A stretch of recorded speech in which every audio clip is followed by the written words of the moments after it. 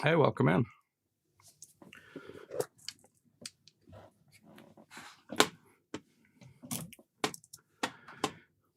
Yeah, glad you're liking the work. I've just got it's a new product at the minute. I think I showed it off yesterday on stream. Clean RGB for the SNES with Edge Buster built in. Just a much quicker and easier install. I never got round to finishing off this, figuring out what resistors we need so I can get this ordered. So I'll do that first. And then I've got to build 6 game gears. All 1 ASICs. So I'll be doing that for a few hours. Hey, afternoon. Pretty much picking up where we left off on the last stream. I haven't done any more in this room. I've been on software up until that point. So I just need first to figure out which resistors on here are the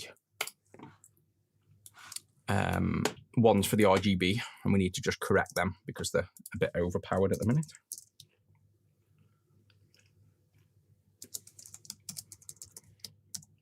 Just ignore me having me dinner at the same time. I've got loads to get on with, so.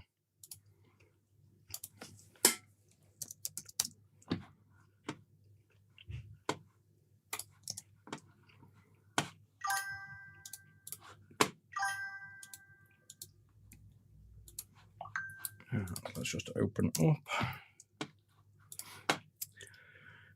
Schematics, SNES. Where am I? Not schematics.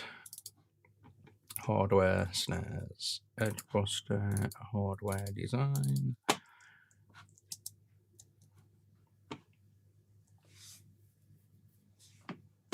Hey, welcome in again, Jake. Pretty much exactly where we were when we left the last stream. Just finishing off, finding out the resistor values for these first. I knew I'd just put some random temporary resistors in when I made it, so I just need to probe that it's all right. Which the first, oh look at that, I haven't even said anything yet on TikTok of banders again. Defo just permanently automated. So I literally spoke 3 words and TikTok have blocked us. I think that's like the end of TikTok really, isn't it? Oh, wicked. Probes fall off.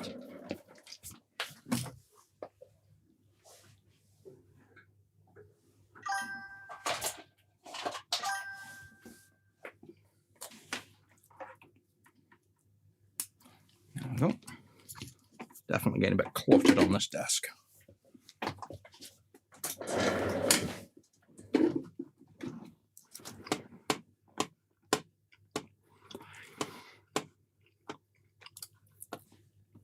I know TikTok will, you'll be able to see if you're on, but nobody else will join now. It happens every single time. So if you're on TikTok, I'd highly recommend just subbing to the others because I will definitely be stopping it soon. Just doesn't work. It's absolutely pointless wasting the bandwidth on it and the extra chat window and all the extra setup when every single stream just gets instantly restricted. It's just crazy.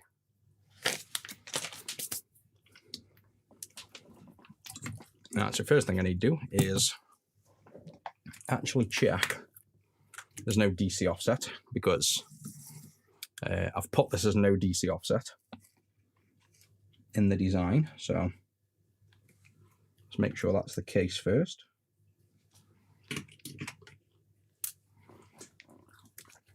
Yeah, thanks. Glad you're liking the Doom chair.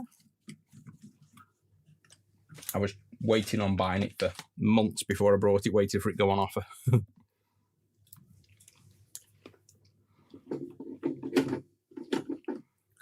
Right, so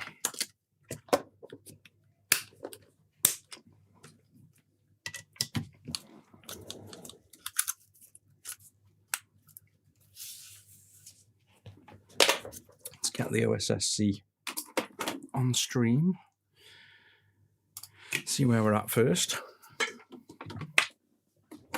like visually, because basically we're too bright at the minute, as we know, but I want to check the inputs also. Don't have DC offset to start with. Need a bigger desk.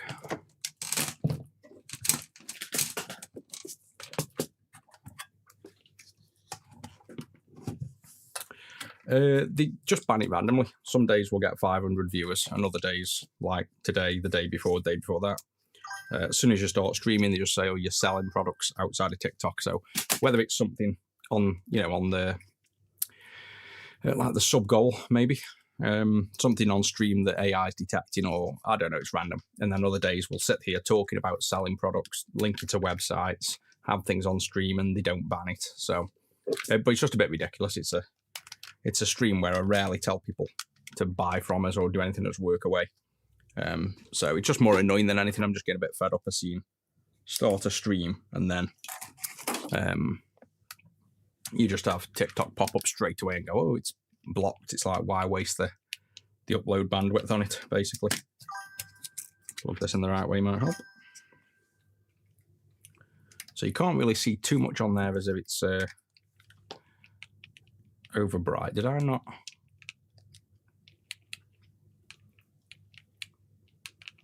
I could have sworn we loaded 240p suite on this. Did we not, maybe?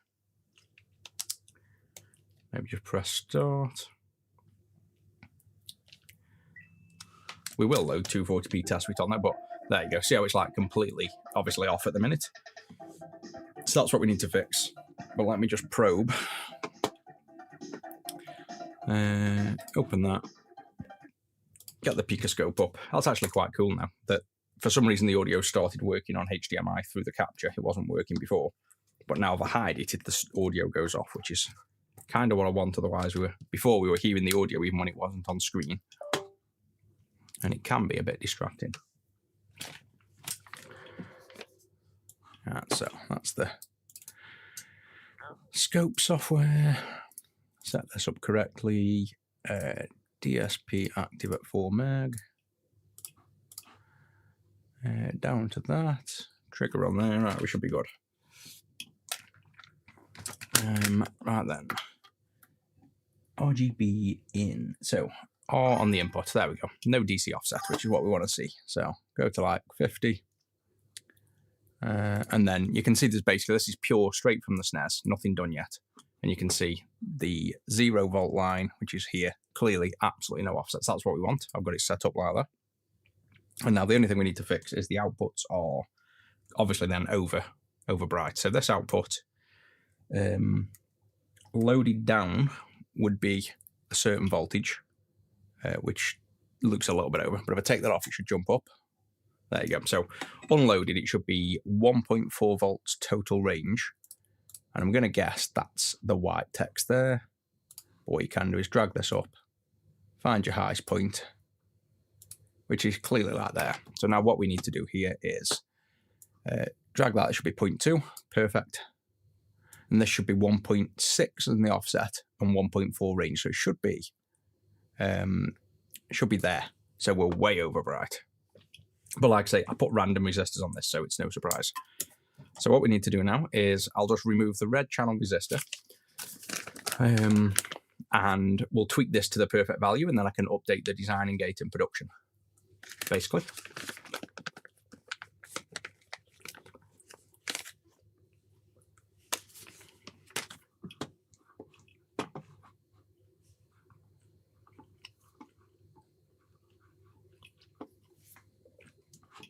So I'm just reading my schematic. I'm not just sitting eating. I am actually just staring at my schematic first, figure out where I need to remove the resistors from. So it'll be this one we want to change. Right, second one up.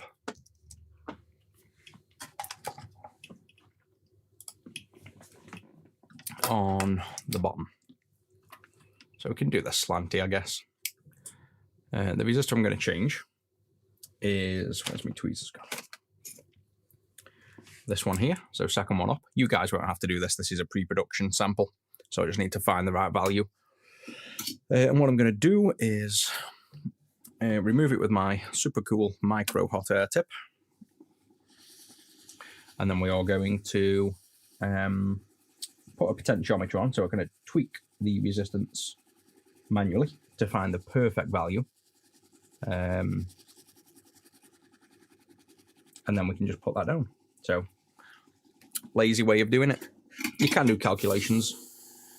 I find it easy, just tack on a potentiometer, see it live, and then read the value after.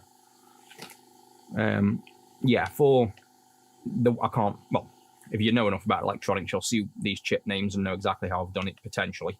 But I don't share the schematics to this because just try and stop people cloning it too quick. But yeah, on this design specifically, changing this resistor will change the exact ratio of output. That's how this, it's not universal, it's how this board's designed. So the original's 13K, and it's not enough. Or is that too much? Not enough. So let's go to a 20K. So I'm just going to get a 20K potentiometer. So baby one. And that's basically a turnable potentiometer. And what I've done, you can see I do this semi-regular on things, so they've already got wires attached. I've attached a wire to the center pin and one of the outer pins. So now, when I turn this dial, which is difficult to do, we'll be changing the resistance. So all we've got to do is tack those two wires on this board, which, are we fully zoomed in there? Yeah, I'm going to have to zoom in a bit more. Right, and so we've got to tack this wire on here. There we go. Oh yeah, I'm going to look at the stream. I'm looking straight down at the pads, try and see them, and forgetting I zoomed in on stream purposely so I could see what I'm doing.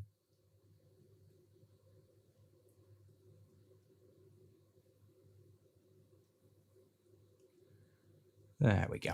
Just enough. It just needs to be tacked on enough to do a job. Not the cleanest, but it isn't. I mean, it looks like it's shorting, but it isn't.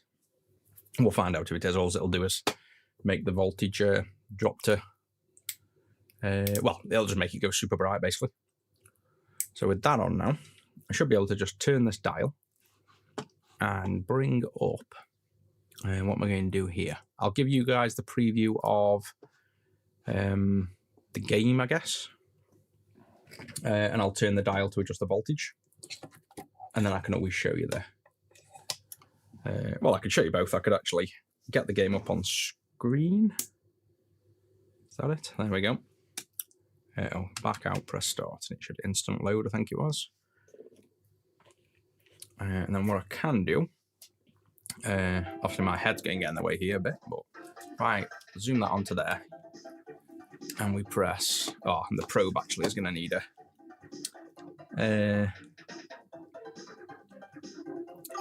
yeah, we're going to actually need a bit more first. So move that out my nose first.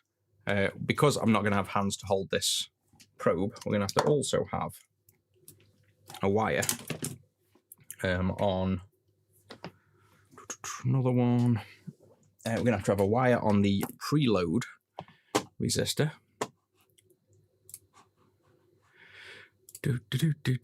So this one is, of course it is, one up there just on the inside leg. It's going to be a bit difficult to tack onto. This is so we can see everything. I just kind of want to show you all of it happening at once instead of just doing the work. So I need to tack a wire on now to a resistor here, the bottom leg of a resistor, and this allows me to monitor while it's connected to the TV, still monitor the preloaded down voltage. So we go onto that, tack on a leg here. We got some spam going on YouTube again. I seem to get a lot of spam. Let me just open YouTube up and ban that dude.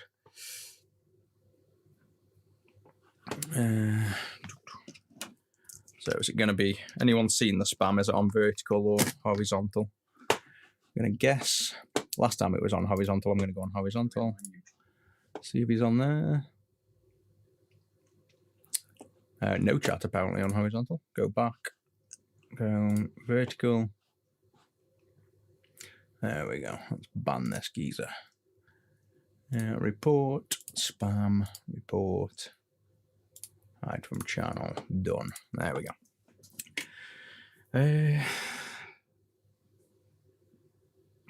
Bridge on the top left corner. Bridge on the top left corner of what? This wire is thick as hell. I've got to try and just tack it on. Like I said, I just need it just enough for showing you guys this working. That'll do. Zoom out, go back to that camera.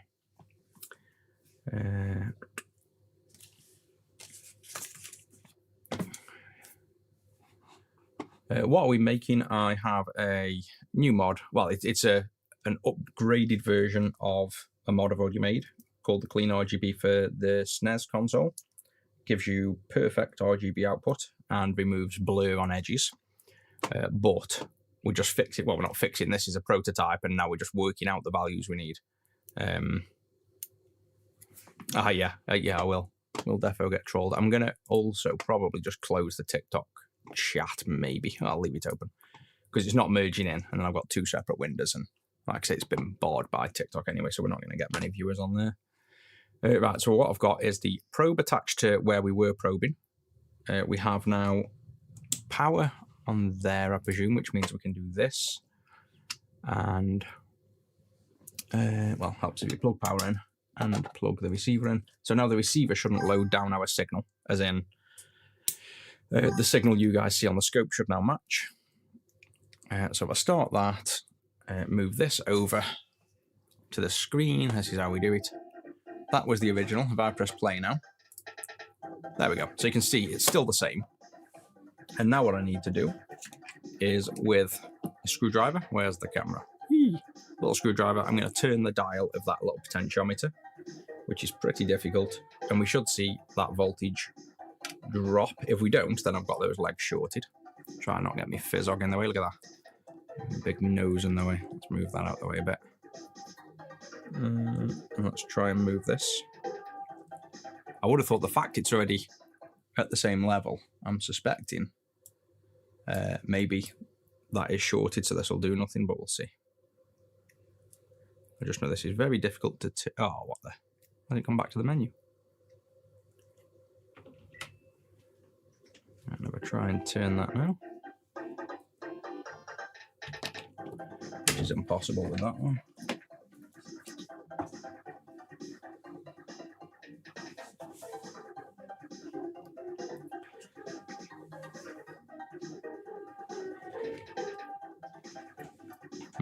Impossible to turn. There we go. So that's turning. And you'll only see the red go better because we're only adjusting the red at the minute, so you're not going to see all the colours. So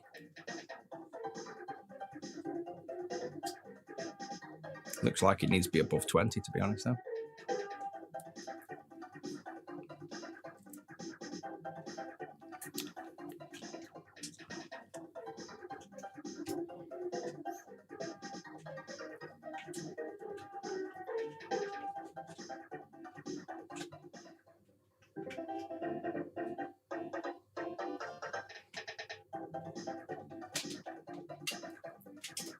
Yeah, it's going to have to be above 20. Just above 20, because that's going to be almost 20 there.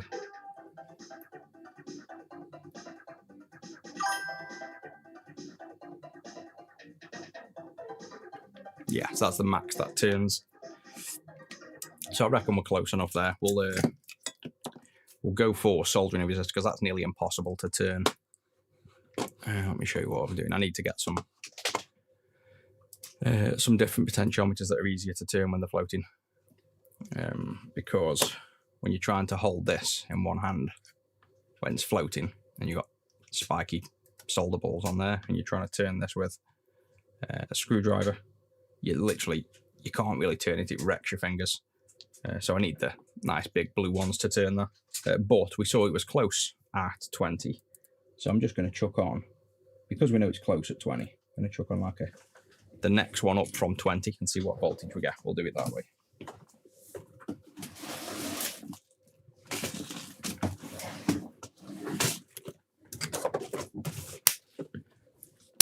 So let's get resistor book. And I've got a 22 we can use. So let's try a 22.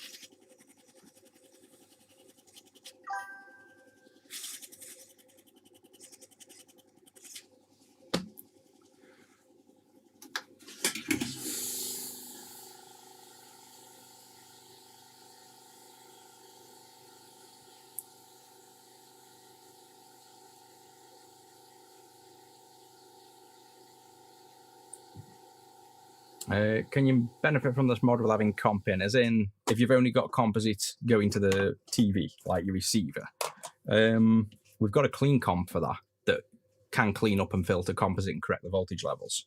But your difference is marginal. You won't see a massive difference. It'll still improve it, but not enough that I'd really recommend it. I'd just try and upgrade to RGB, basically.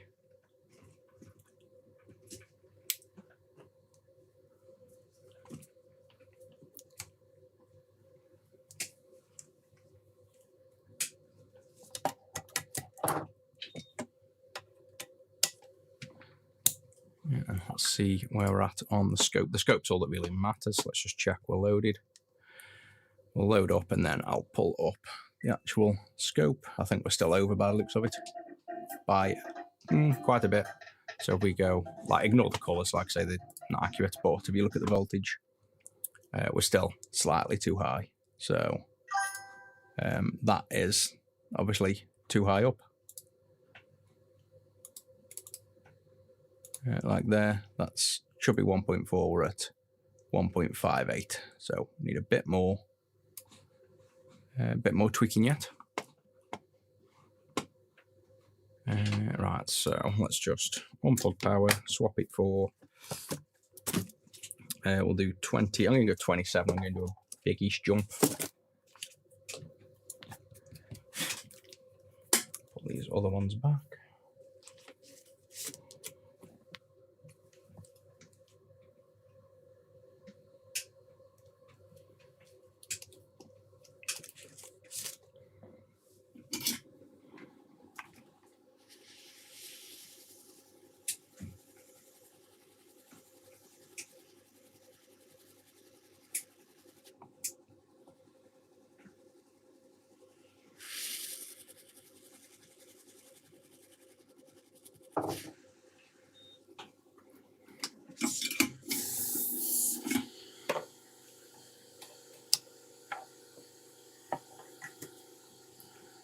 And there we go, booting up, and perfect. By the looks of it, literally perfect. Let's have a look at that. Yeah, absolutely perfect level. So look at that, it's literally over the line. So if I move that line right under it, so we're absolutely perfect there, completely within 0.1 volt. So we just need to do that now with all the channels. If I put the other one on, we'll see it still won't look right, but the reds will be right. So now if we do the 27K resistor on the other two channels, this should be perfect. So we have two more here.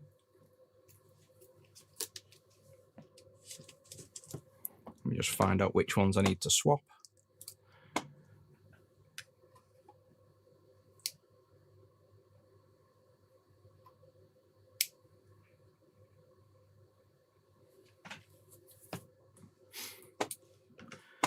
What's this? A GameCube? No, this is a SNES. What we're working on in a minute. We'll be on Game Gears in a minute. Retro TVRs, composite RF, no RGB. S-Video for Luma and Chroma. S-Video will be better. You can I think the SNES has S-Video out on the connector. Let me just quickly check. SNES AV pin out. Yeah, the SNES has got S-Video, so you can buy an S-Video cable. That'll improve it quite a bit. Not crazy, but it'll improve it, you know, a decent amount. Right, so I need to adjust that one and that one. So third one down and fifth one down. So I need to swap out third one down.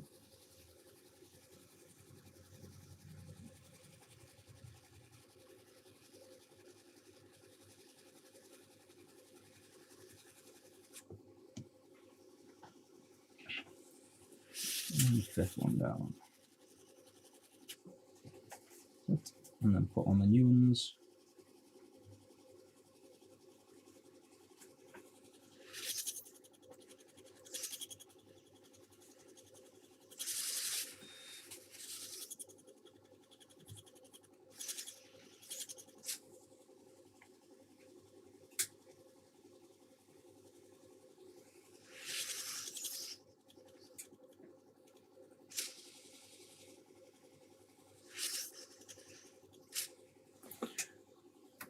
And just put back on my cables that are going walkies.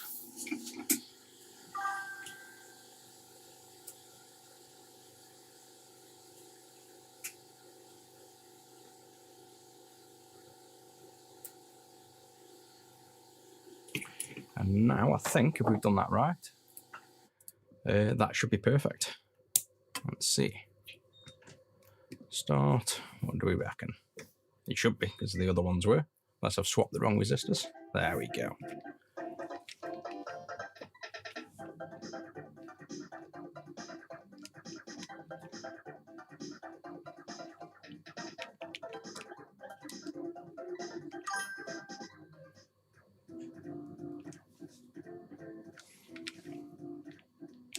How long do you need learning? If you're sub to the channel, we do every Tuesday, like today at 4:30. We'll be doing sub-only streams Tuesdays and Wednesdays. Teach you how to do exactly this. Hardware repairs, all stuff you need. Won't take that long. Like, you'll obviously learn all the time, but you can get into it fairly quickly.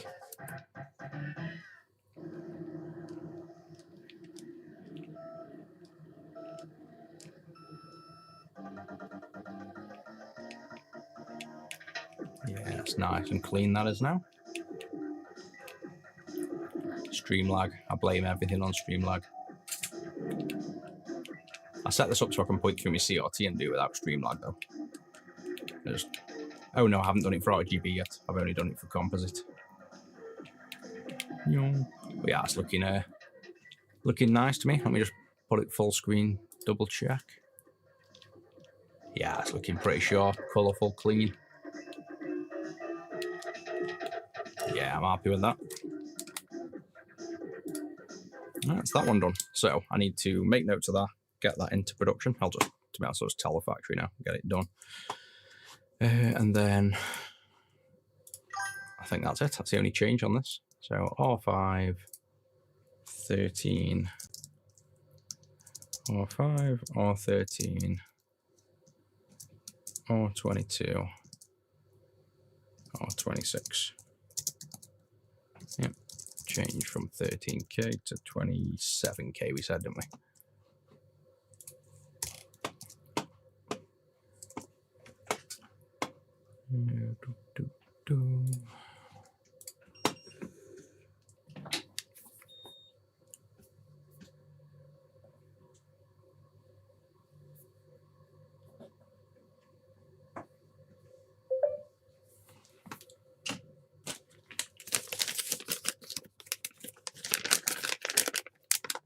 Streamlabs again. Yeah, I need to turn off. I keep saying this every single stream. I need to turn off them bots for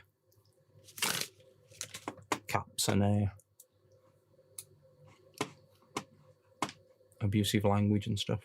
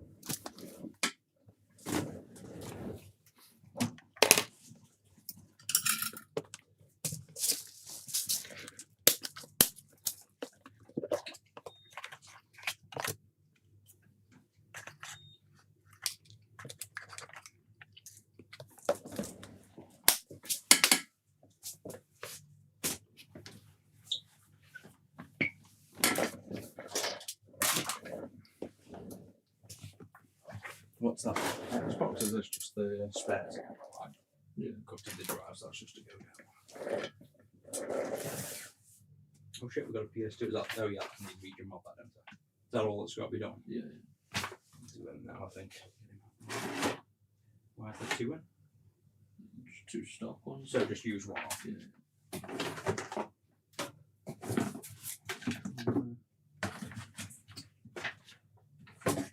There's 3 in. There's 3 PlayStation. Yeah, another one at the bottom.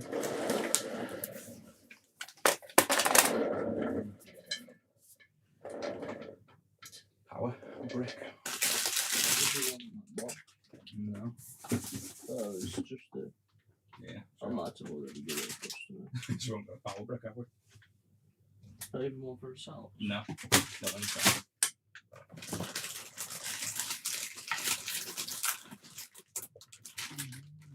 No.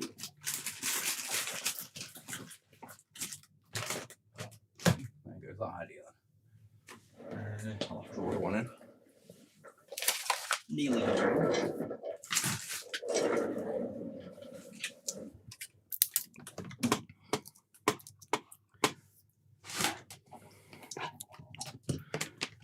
Oh, they won't know what you're on now.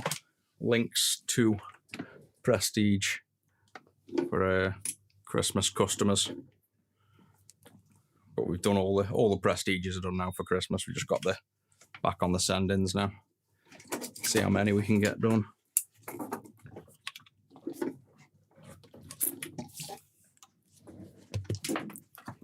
Yeah, board preheater. Funnily enough, I'm going to probably use it on these Game Gears I'm about to do just because I've got so many do.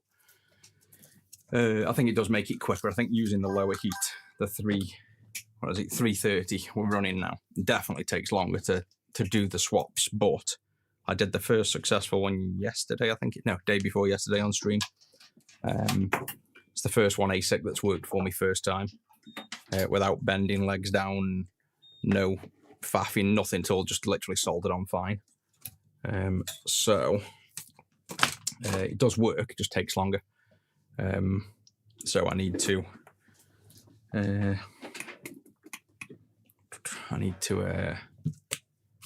get the preheater out, I think, to do them a bit quicker, so I'm not waiting around.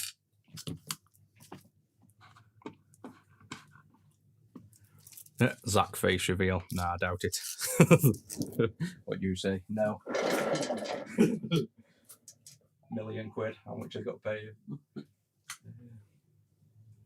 Where's the SNES? I need to organise these every time. I never find the SNES. Is this SNES for a customer? It isn't, is it? This is just literally for testing that mod. Yeah, so we've just got a working SNES board now. Afternoon. Another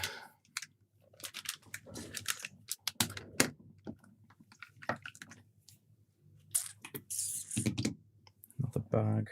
Actually, I'll get a foily.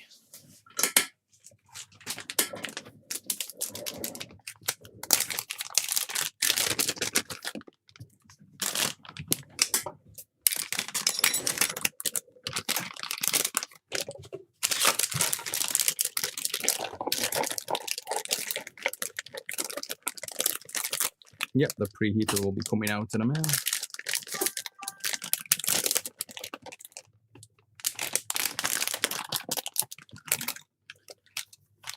That can go away.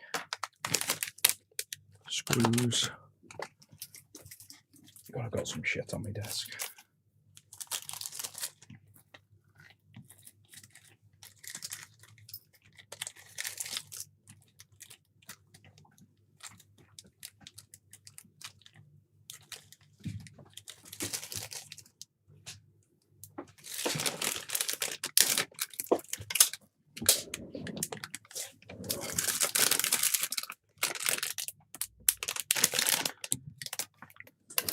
Oh, new sub. Thanks very much.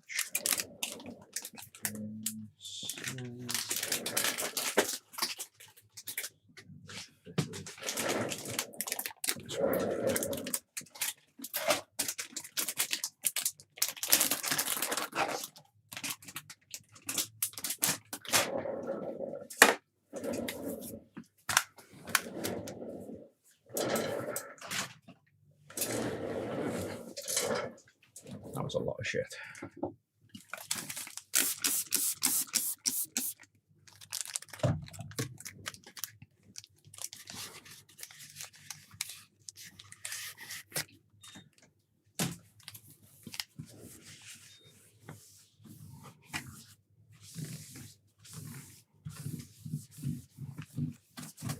Did that new code change the flicker or not? No. No, wicked. I'm doing a recap now. It's probably just the console, and that probably is the console booting up and then restarting and booting again. So it's just the actual console, basically.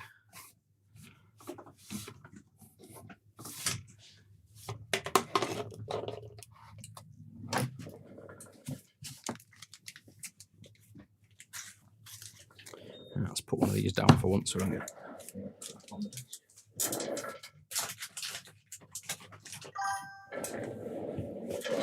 Preheat time.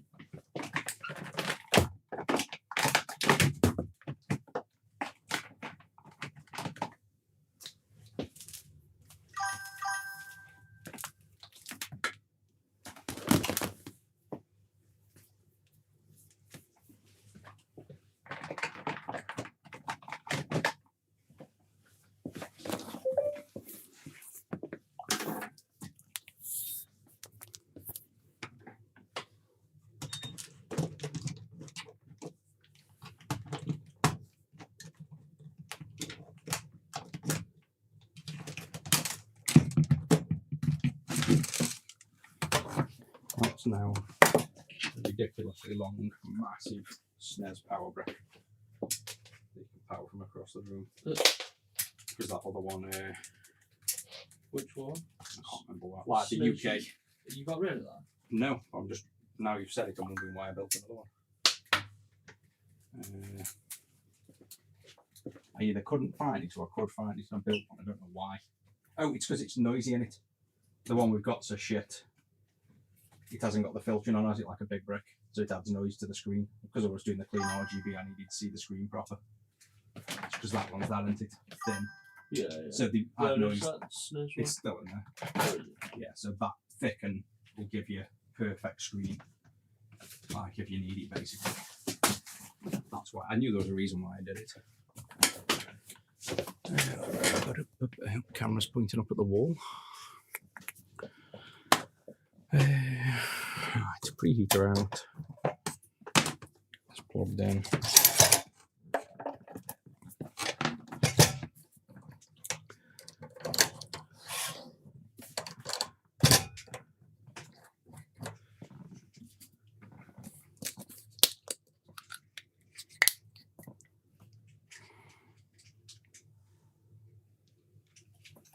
Xbox Elite controllers. Now we stopped repairing controllers a while ago. It just wasn't worth the hassle. Some people would send it in for like a thumbstick and then say the bumper or the trigger didn't work. It's because they've raged and smashed it against a wall, and you end up fixing one thing and then they try and warranty claim the entire controller. So it just wasn't worth it. Yeah, right, get this thing going. You can go to 200. Yeah, I got the same one. It's funnily enough, I technically didn't even need this. I thought it was smaller. The one I've already got is basically exactly the same, just with a soldering hot air above it. I could have just unscrewed that and used it, but I've got one now anyway. So, Game Gears. I haven't even got Game Gears. Bet we're getting low on these. Oh shit, you know we are, aren't we? We're going to need Game Gears in general soon. Have we got a load of these in the warehouse still? We haven't. We've got a massive tub full, or the garage, with one A6. Was it only the two A6 that I went? Yeah, we only took the two A6 out. I reckon we got loads of ones in there. because we might need them at this rate, unless every one of these works. Right, let's get this thing. We don't really need the preheater for taking it off, but let's just chuck him on anyway.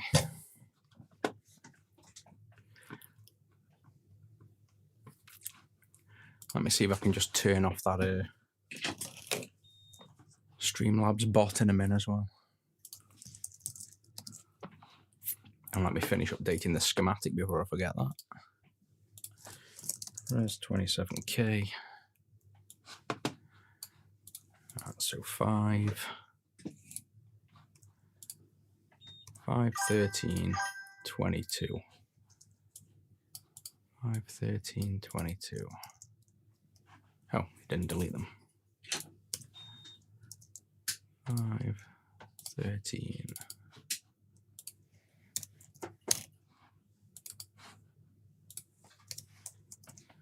22. 26.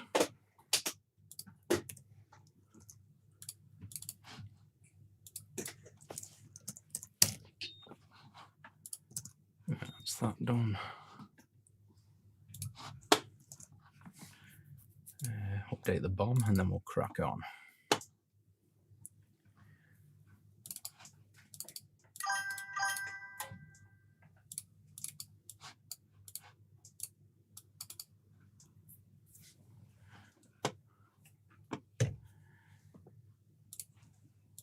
$513, 26, 13K. So literally just change that. 27.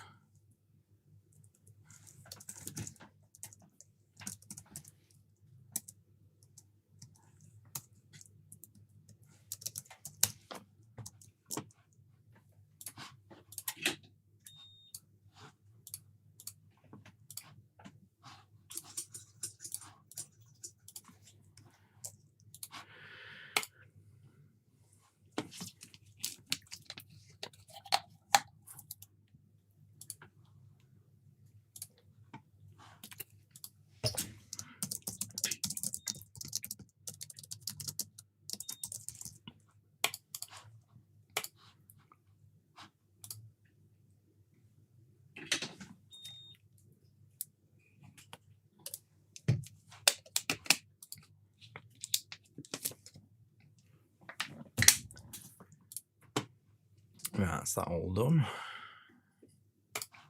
We have a nice smoking game, you know. Let's get this off. What we want to do then, I haven't really planned this. I'll put that on the preheater. We've got to pre-tin these pads first. Let's leave them on the preheater, smoking away a minute. Let's get the extractor around here, like that maybe. There we go. I've not worked with the preheater and soldering at the same time before.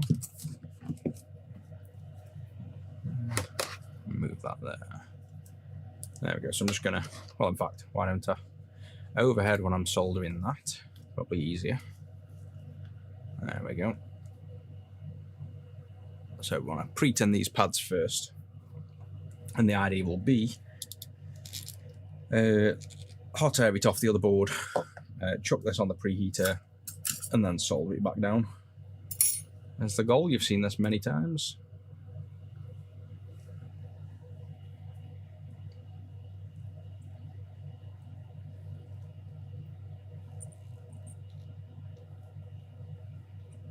Yeah, this baby knife tip is good in one way because it's a smaller tip, but it definitely doesn't transfer the heat as good as my big one. So you just have to spend a little bit more time when you're tinning pads, but still does the job.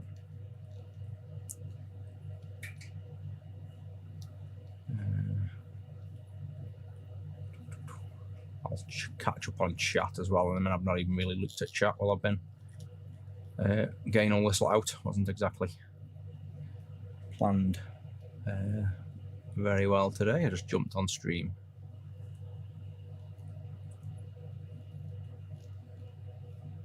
That's pre-tinned. Clean that up. Everyone loves the mood chair here.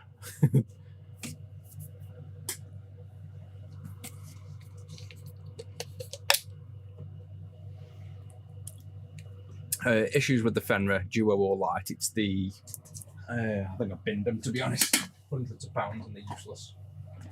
Honestly, I've tried them on. We had 4 Sega Saturns for Christmas to build. I've changed all of them to Saru's. These things are dog shit. There you go. So I've tried multiple. Can see they're all on Rev 2.3. This is an older one when I brought them off him a while ago. And then I've got some newer ones, tried clone ones. They're all the same. They don't work on. I'd say literally 80% of Saturns they don't work on. Plug in a Saru, works first time every time. So yeah, terrible. Wouldn't go back to them. I wasted a full day thinking there was other problems and other mods. And it was just the Fenrir. And they definitely installed right, because it boots up on certain Saturns. I had it booting up on one of them and it worked every time. And then other ones it just doesn't work on, basically. So it's definitely it'll be a software, no doubt, an FPJ or a software issue. And they just don't support a lot of the consoles by the looks of it. Xbox still working good, the green one, nice. Yeah, we had a load in. They've slowed down a little bit, to be honest, at the minute, the Xbox originals. We've still got, we just built, what have we built? We built another green one and we built 2 black in the last week or so. But yeah, we normally get tons of them and they all come in like waves. You get loads in one wave and then it changes. So now I've done the SNES RGB on a stream, you'll probably find out. We'll end up selling a bunch of SNESes. Right, so this is nicely pre-warmed up to 200 degrees, so this shouldn't take long at all. I presume it's not actually, yeah, it's not obviously coming off because the solder won't melt at 200, but this shouldn't take long at all now at the 3. I'm going to 380, I think I'm running the hot air now. Went up a little bit from 330.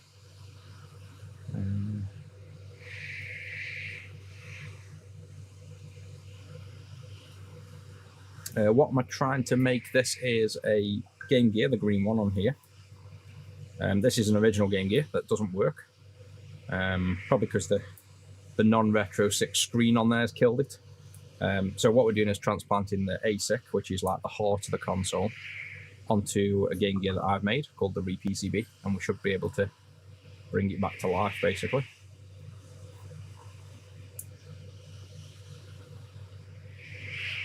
Wow, even with pre, you can see that's free. The ASIC is still sitting there stubborn. There we go. Alright, so while it's done, I don't want to put it down because I don't want to bend the pins. I want to actually swap this board off, take that one off, put on our, that's what we want to do. Put on our board like that. And now this needs to go on a way that I can't even see. That way. So we want this to go on where the Sega, which you can barely see on there, but Sega's written this way, and the writing is written this way, so it matches the writing underneath.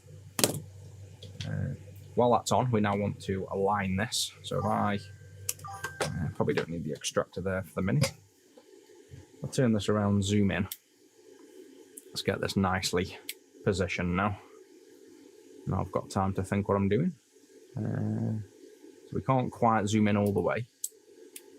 That's kind of a shame. There we go. Because the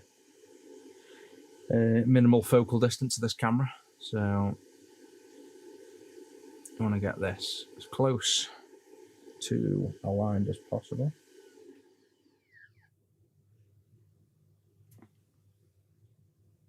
It doesn't look too bad.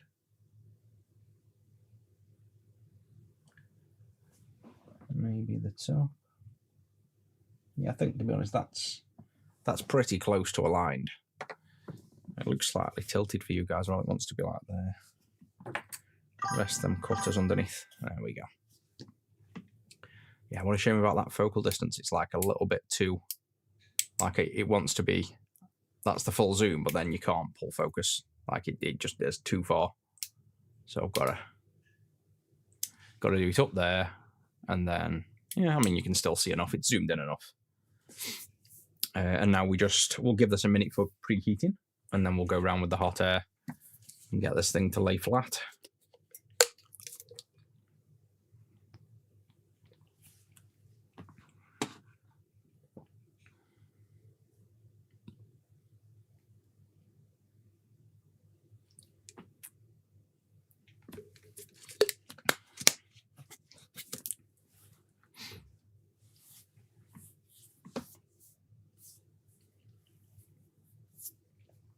Brain surgery. This is definitely not brain surgery. This is connecting the dots.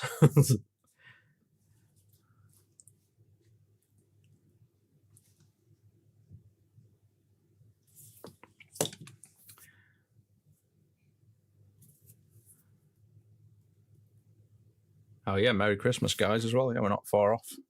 Yes, 16th. Geez, 9 days away.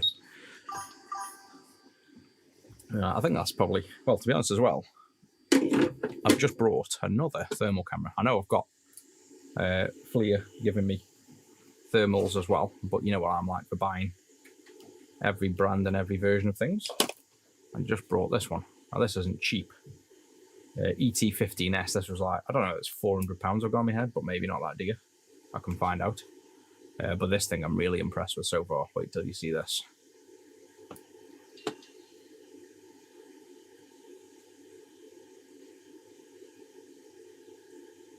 Yeah, the Clean Juice AA. I've done a video that needs to go up on TikTok later, like a pre-recorded one for installation.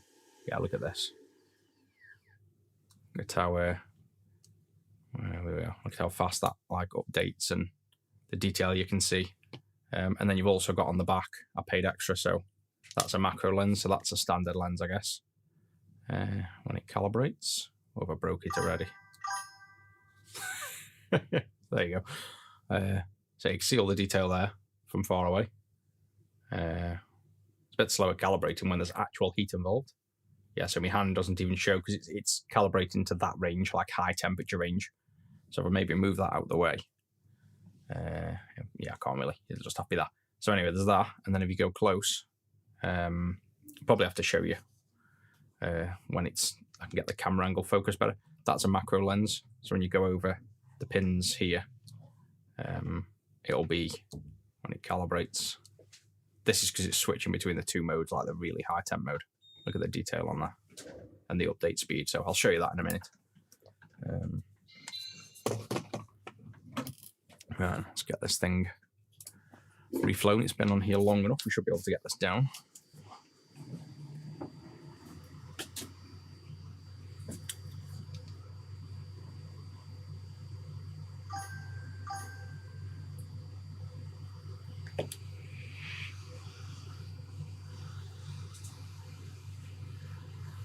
And like I said, I did one of these 2 days ago, I think it was, and did it really good with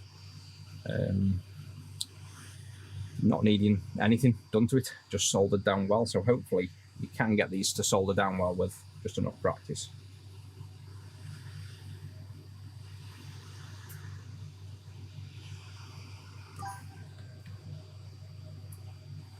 Catching the fumes off this though is tricky.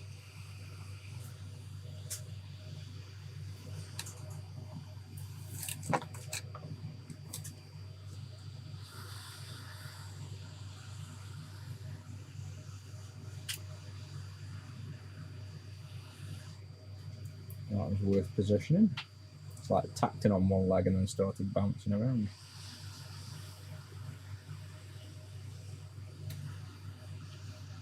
Well, we'll do what we do on the 2 ASIC, get him sitting down and then nudge him into position.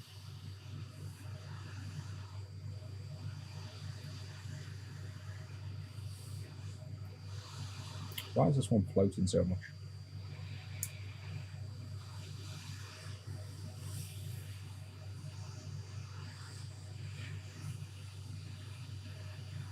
I think the preheater is bowing the board slightly. So I think maybe we don't bother with the preheater next. Because I did the one the other day with no preheater, no problem. So I'm thinking it's going to go back on the shelf again.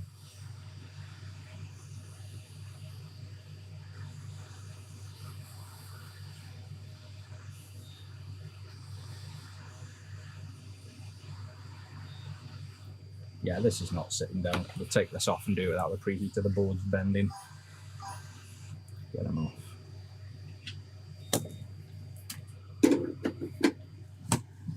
So he can go. He was a waste of time.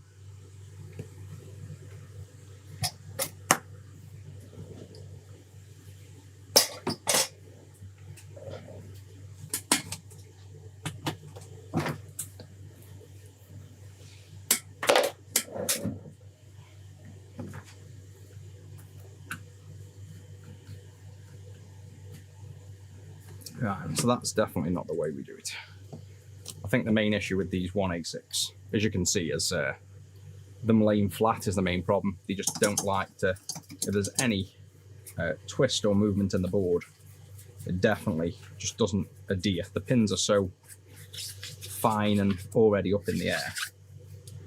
I think the slightest bow is enough to make it not stick down. So we'll just start afresh, basically.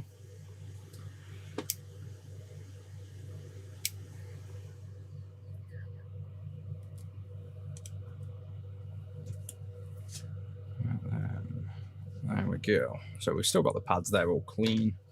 The board's laying flat now, so we'll go for this again. And we'll do it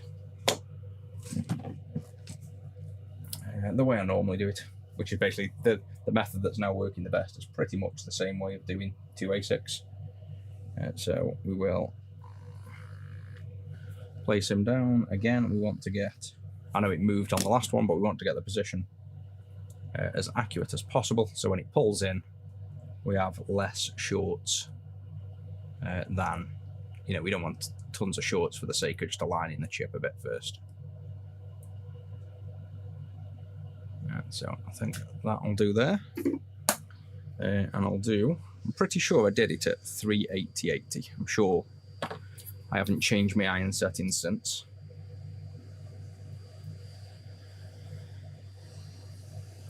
Let's see how this goes.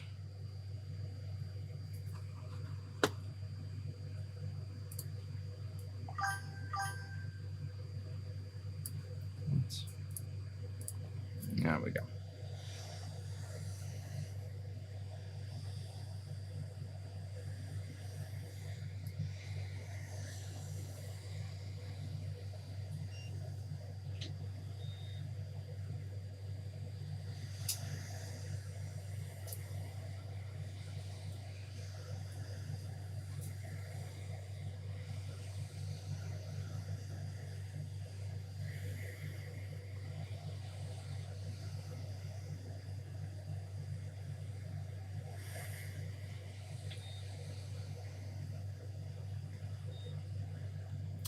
Oh, of course, there's red comments and not that chip. Static, no, I've never, quite a few people mention it, but I've never seen issues with static, really. Again, I said that about the heat till I killed BDP, so like if I see issues from static ever, then I'd do something about it, but generally I don't see issues.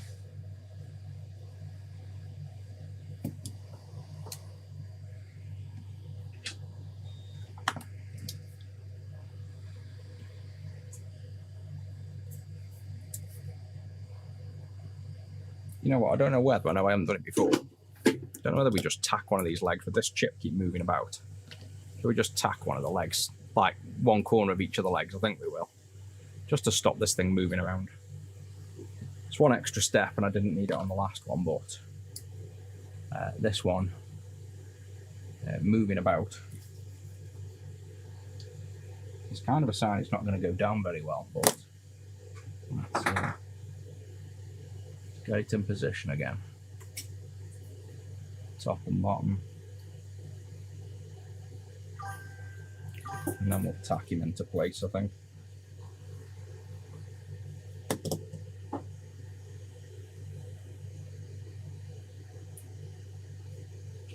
There's so much more work than 2 ASICs though, for just quickly soldering down.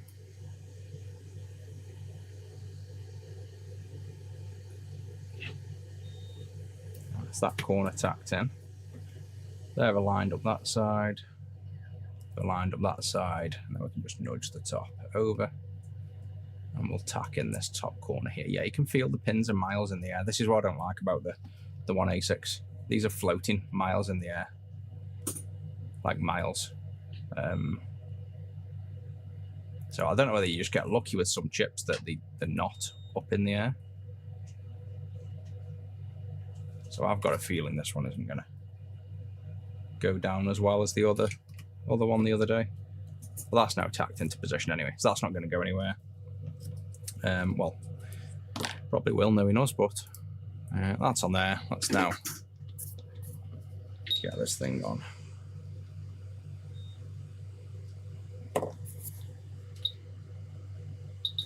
I'm going to go to 400 as well. Right, so I'll try, not that you really can. I'd try and avoid them two corners, but we've got to warm the entire chips and the legs up in one go. So you can't really avoid that area, but I'll purposely try and maybe focus on the other areas first so that some of the pins start tacking down, otherwise this thing will just go flying again.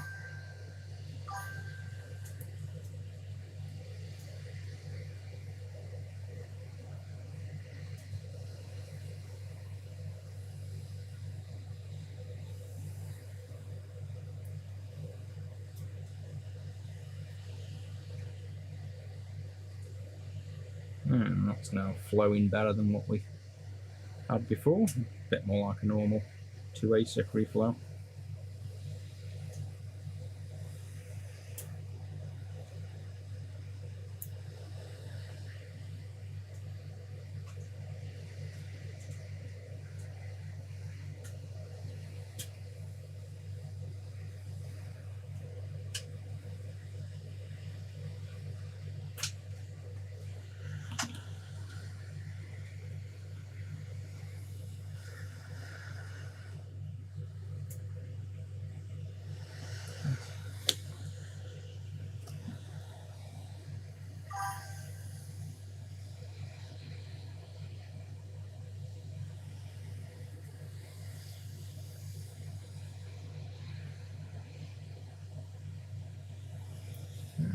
Now I think we can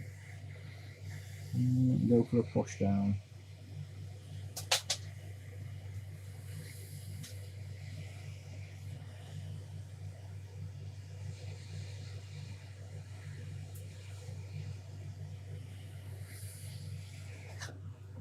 And that's it. But it's like I say, I swear these legs are up in the air, so I've got a feeling these won't go. As well as the other one was perfect the other day, like absolutely perfect. Went down, not a single bridge, all the joints look nice. You can kind of tell from this it's not going to be the same. So there's got to be, I think, variations in the boards and the ASIC sitting position over the years. And I think if they're sitting on a board with a bit of a bow, maybe the legs naturally are further bowed up on the 1A6. So when you're taking them off, I think we'll see how these 6 go. I think we'll probably end up still pre-bending the legs, maybe. Ah. The board's that warm, I've lifted up the workroom. Cleaning the board and put him back down.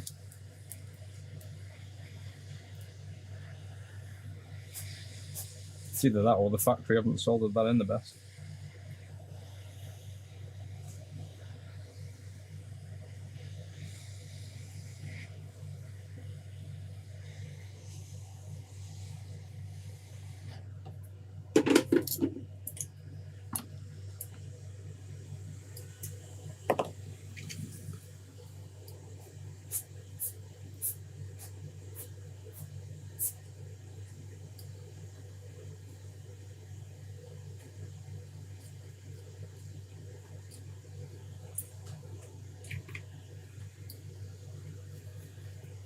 Get this board clean.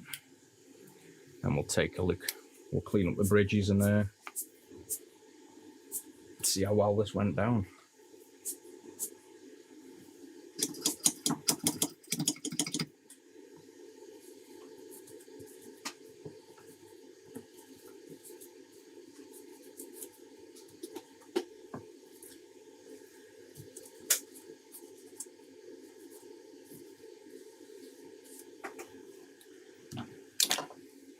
Let's zoom in and see where we're at. I don't think these are going to be well soldered. We'll ignore bridges to start with, and we'll look at if the pins are down. Actually, let's look at, we'll go to microscope probably.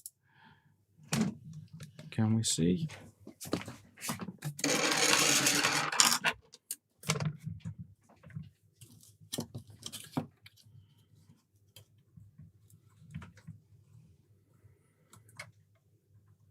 Not too bad, to be honest.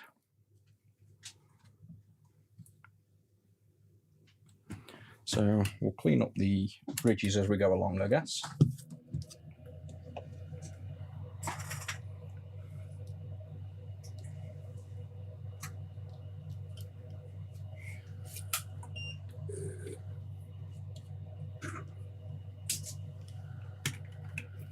And then we will, can we get that focusing nicer?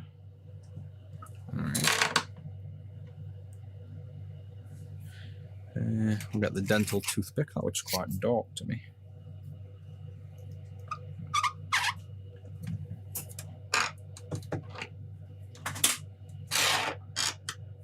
There we go. Right, so fine. These actually aren't that bad.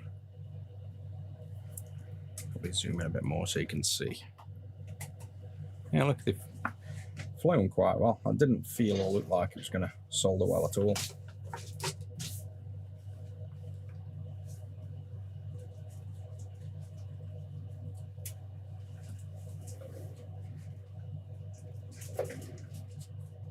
They're all good, so let's get them bridges off there we put on to tack it down in the first place.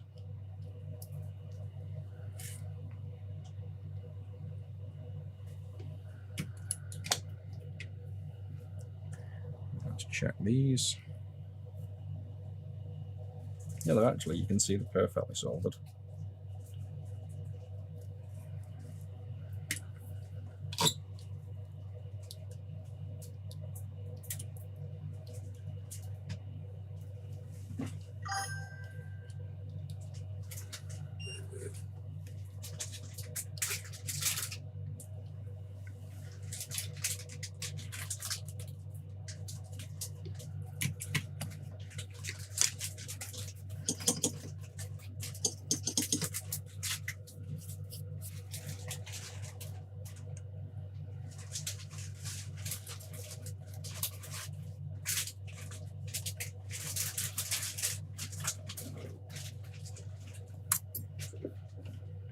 Yep.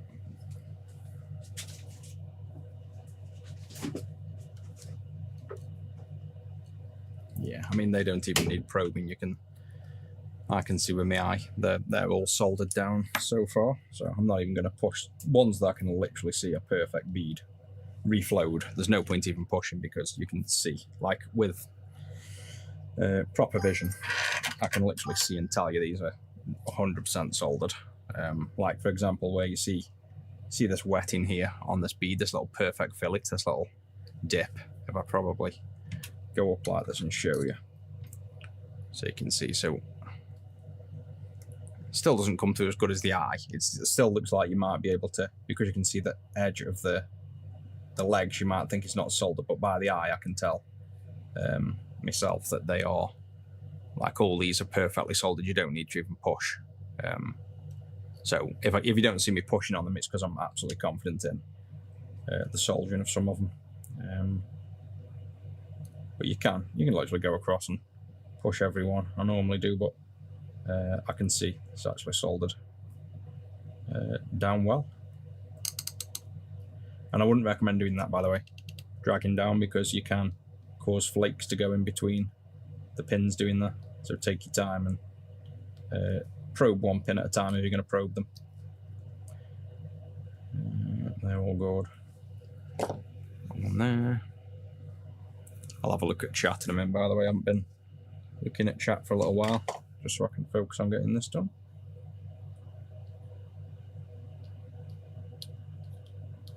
Oh yeah, there are 3 pins here that join, aren't there? 1, 2, 3, 4, 5, 6. Yeah, 7, 8, and 9 there do actually join I think we said they are the 3 that join.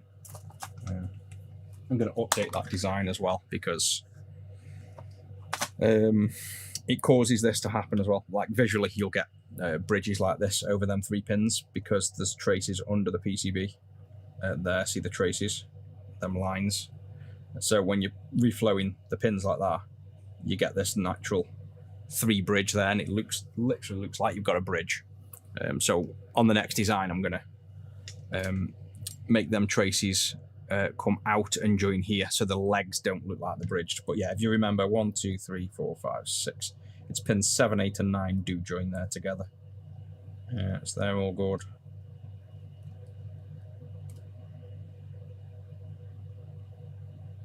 Yeah, there's not a single pin there that's been a problem.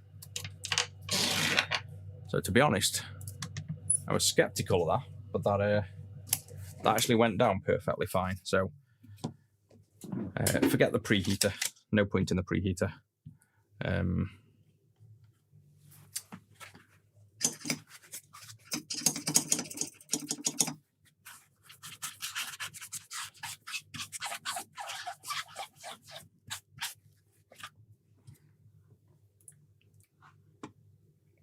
And let's see, I guess, if this works.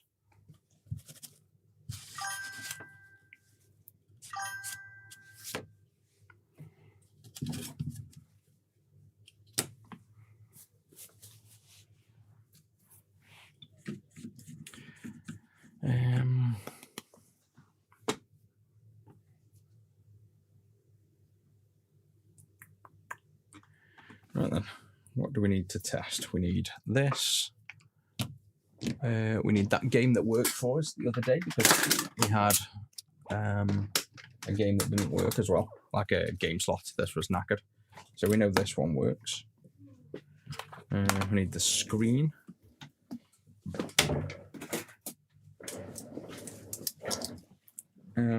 Speaker.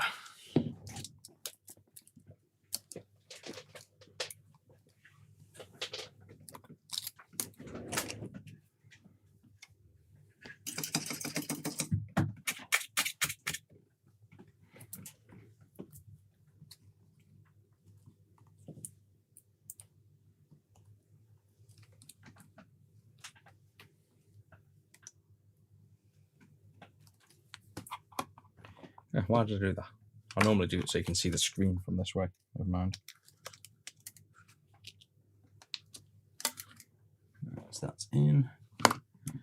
Yeah, we're going to have to flip it over now because I've decided to put the screen in that way for some reason.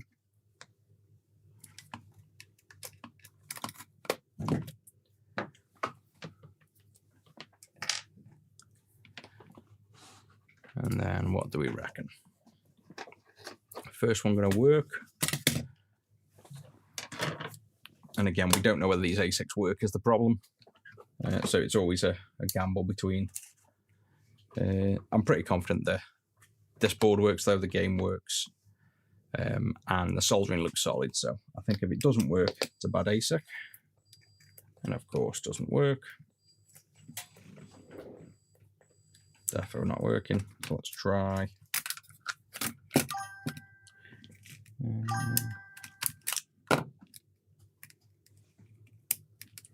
Without this in. Try with just Sonic.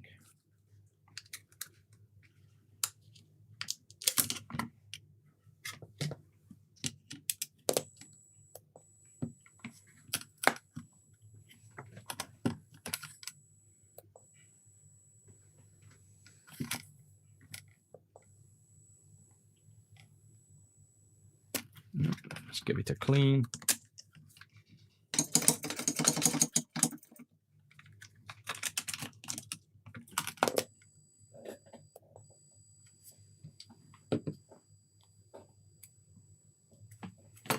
Nope. Let's try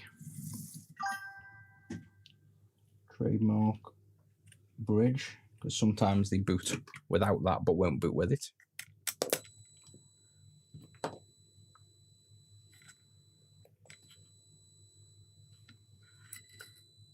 No. Okay, let's just double check that work RAM that lifted off when we were cleaning as a last resort.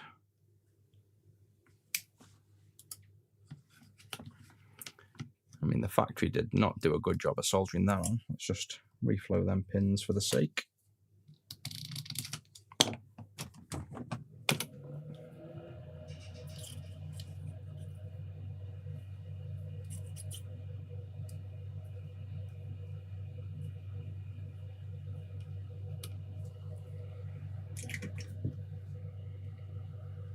They're soldered better now. That side we already did, so that's fine. One last quick look for shorts. We were checking the pins work, but we weren't really checking for shorts, and I actually do have a short there. Saying that. See that little short above the number 35? I wasn't really looking for the shorts, I was more focused on the expecting the pins to be floating, so hopefully that, well, actually, shall we try? No, we'll fix that. The bridge is going to be a problem. I was going to say, shall we try it without the reflowing that bridge first in case it was that workaround, but that bridge won't have helped.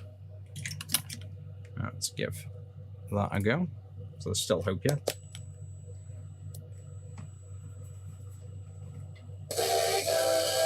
There we go.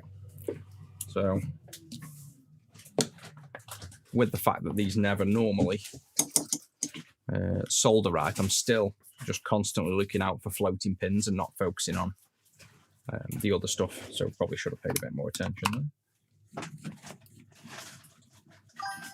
there. Solder bridge on the top left, you're not far off though. We did actually have one middle bottom.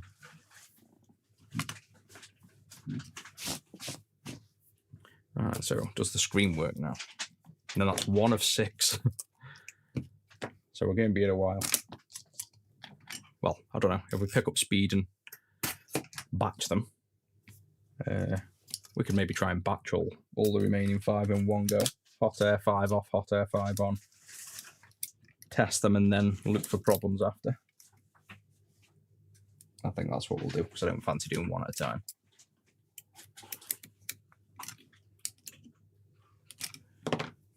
And then, let's see. Yeah, there we go. So that's another one now. We do actually have as well. Where's my thing?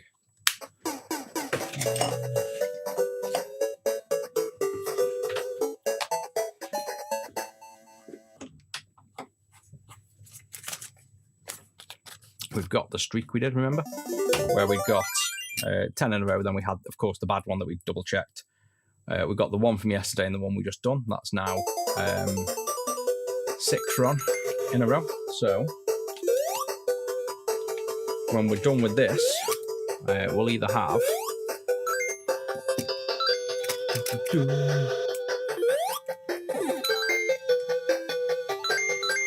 super pixelated Sonic. We're either going to have like another 11 in a row good, or we're going to break that streak, so we'll see.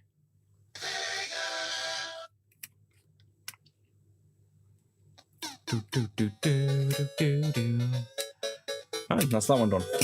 Go make a drink and then we'll do another 5. I'm going to try and, like I say, batch these 5 out now.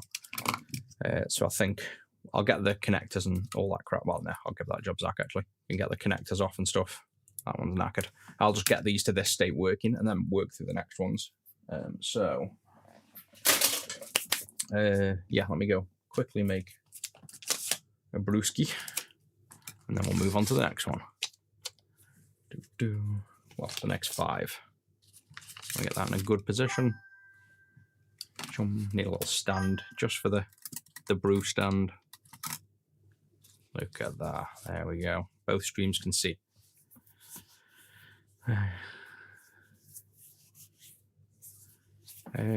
Bridge moved. Yeah, I'll double check that in a second when I've got the coffee. Make sure there's no extra bridges, because we might have a bridge on like some of the buttons as well that still boots, but there's a bridge. So I'll check that in a second.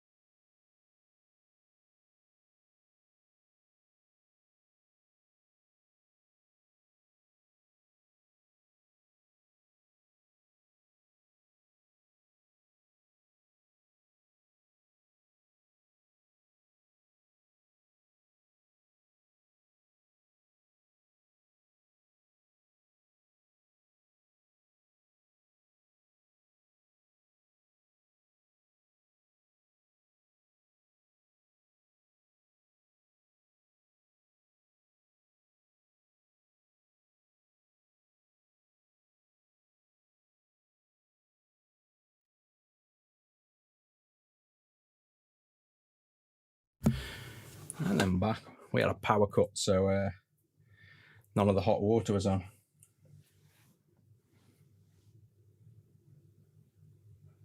One sec, let me just make a phone call as well. Be back in, well, I'll stay here, but let me just mute it a second.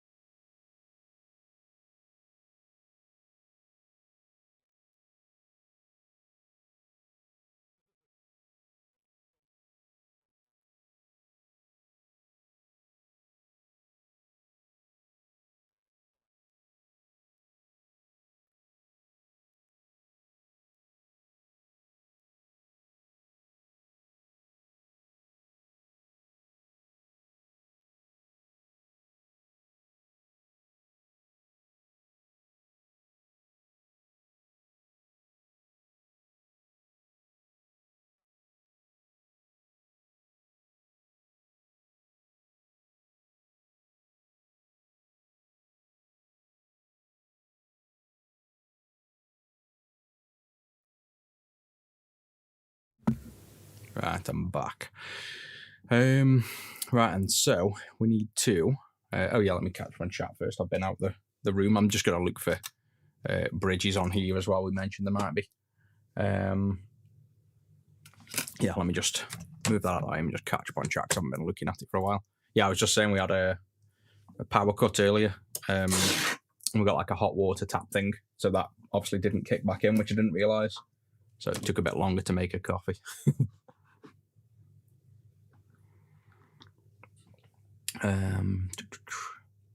Oh, there's tons and tons of chat. I guess if you guys, if I've missed anything, just ask again, and I'll try and keep a bit more attention on it. There's mountains of chat going on.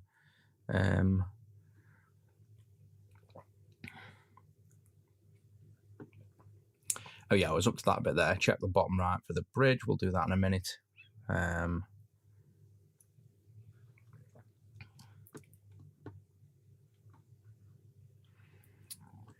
Apollo RGB. Yeah, I'll be on. I'll probably end up just what we on 2 o'clock. This stream will probably just pause and renew for the subs. I'll probably do it at 4 till 5:30 or something instead of 4:30 till whenever. I'll probably jump on about change the stream over to the sub only one at some point.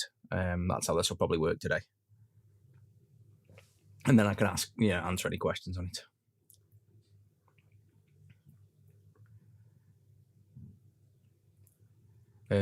Affordable digital microscope.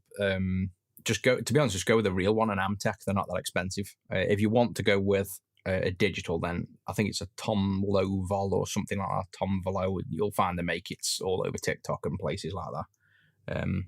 They're all pretty much the same for budget level ones. But if you go with a real one, go with Amscope or Amtech.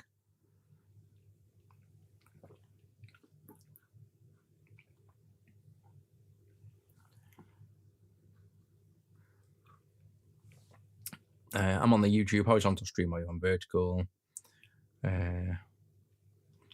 Yeah, for attention, definitely for the public streams. There's so much chat going on. There'll probably be, like I say, that's the kind of the point of the sub-only streams. You get a lot more of my attention. Right, let me just check 4 shorts on these.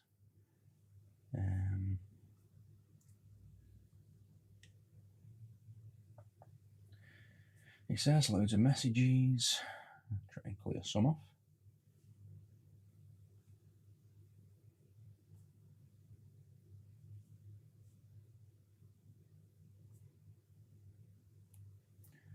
factory. Yes, that's the only change. We didn't do any other changes on that SNES, did we? The SNES Clean RGB. I installed it on the previous stream. It worked, and we've changed 3 resistors. That was all it was. Right, back to looking for... just because it's booted, we might have shorts on. Like controller pins, audio pins, something that's not necessarily... Actually, I don't need to look under the microscope. This is that clear. I can do that, but I will still look under.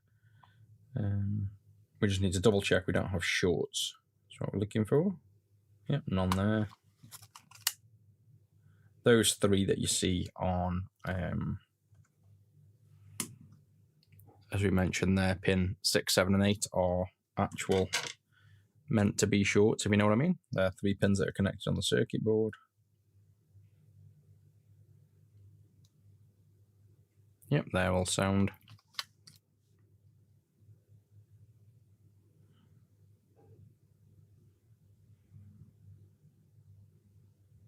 It's a bit of dust there.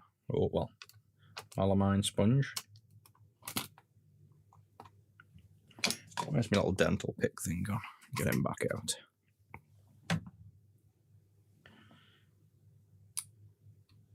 Yep, so that's just that. Same again there, that kind of fluid under there is a bit of flux. Yep, they're all good. Last one then.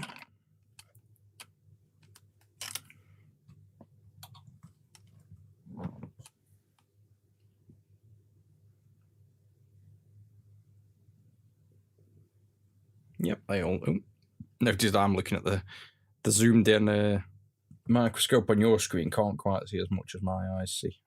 But yeah, there's no shorts there that I can see of. So we are good. Good to go. Microscope's probably not the best for checking shorts on stream. I should probably just... I think I used to just do this. Like get this one up zoomed in to the max, which it is. And then I think I pulled focus like this.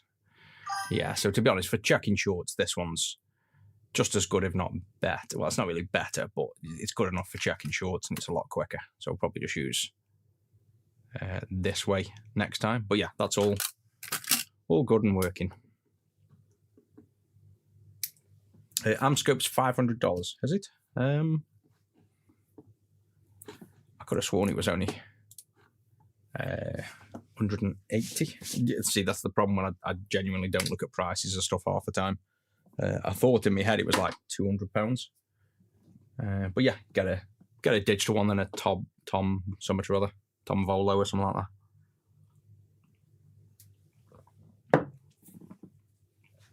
that. Yeah, what do we need to do now? We're going to batch them all, aren't we? So let's take this off. Keep that. So we need that still. We need that still. That one can be given to Zach with that.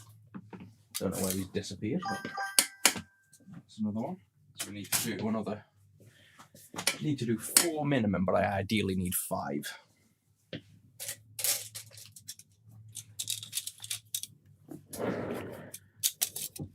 One, two. So let's tell you what. Let's tin all these up first, then.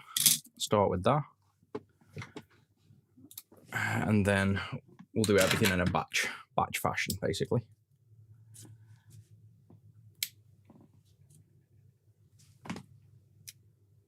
My stream at the minute is, I think I stream 1080p. The cameras are 4K and 6K, but I only stream in 1K at the minute. I don't see much benefit because the quality of this camera is that good that this 1K is better than most people's 4K setup kind of thing. So it's not always just about the pixel size. I think 1K is good enough. 4K would probably be crazy, but I don't know whether it'd handle it. Whether the Blackmagic Capture would handle 4K, because I'm sure the last time I tried 4K streaming straight through, the PCI bandwidth on the motherboard isn't fast enough, because basically it has to have 2 PCI 16 lanes, which is the same thing that your graphics card sits on. Your motherboard has to have 2 of them because the Blackmagic capture for capturing 4K streams. Even though this is plugged into just a x8, not a x16 at the minute, because we're only running a few cameras, it works. But I've got a vague memory I did actually try this with 4Ks, and it would just stutter and lose frames because the bandwidth of the PCI lanes is what I narrowed it down to on the motherboard itself weren't high enough. I think those two pins are joined at the bottom, aren't they? Those two pins and those two pins, yeah, that's why they're joining. Those two are grounds that join together. Yeah, so I'm sure we could try a 4K stream at some point, which might be absolutely mental. But what you see in 4K, I think this might be the 4K anyway. Is it? Let me just move this camera around. I'm going to probably mess things up doing this, but what can I do to realign this? Nothing. But no, it isn't. So I was going to say, is this 4K and stretched out? It isn't. I could mess around on stream, but I'm not going to. But yeah, I can capture much higher res than this. But like I say, I don't think there's a massive benefit in terms of visual because the camera's already good, basically. All right, so that's one. Next one in.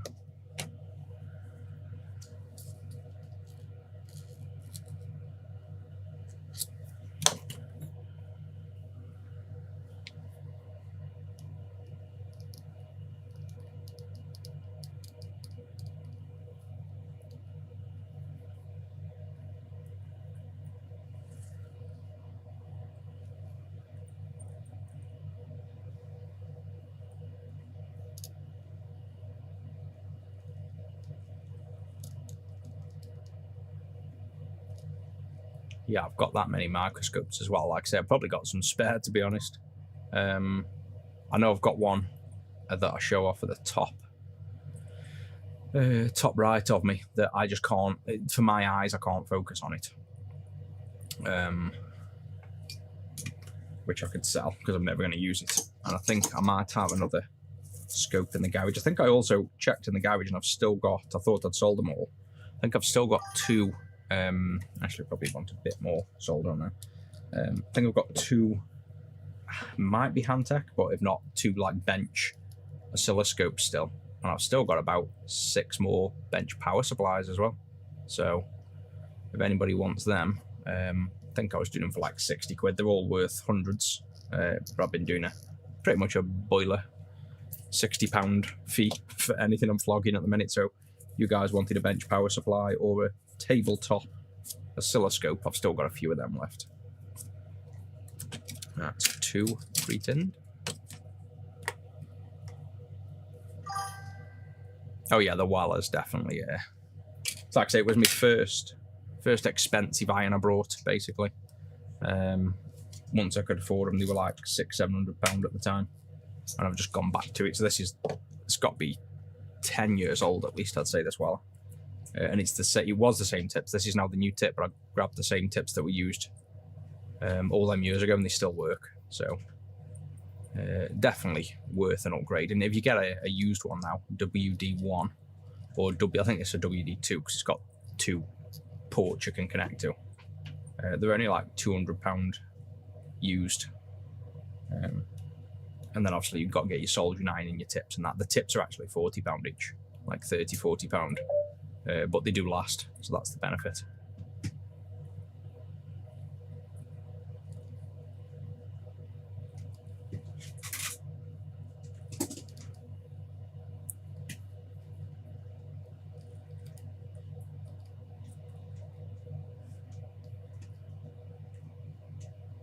Yeah, chat between vertical and portrait. They merge for me, but they don't come up on screen. Because we limited it to sub-only chat. So if you're subbed, it'll appear on all the streams. If you're not, then you'll only see the chat.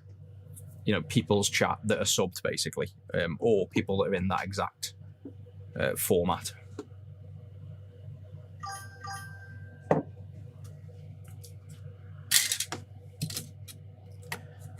Oh yeah, I plan to make this this do auto fan. I brought a cable, just a RJ45, or well, it's not 45, it's RJ11, something like that, telephone cable that plugs into the extractor. I'm going to figure out what this switch does, and then I'm going to make either a motion sensor under the actual thing, maybe like a motion sensor under here, so if I move my arm past, it kicks in, but you have to be fairly close, something like that. And I could always just waft the hand to make it kick in, or maybe do something with I don't know, some kind of detection basically. I could also just detect when the iron's lifted out the stand and kick it in that way as well. But yeah, that's already one of my ideas to do when I get 5 minutes.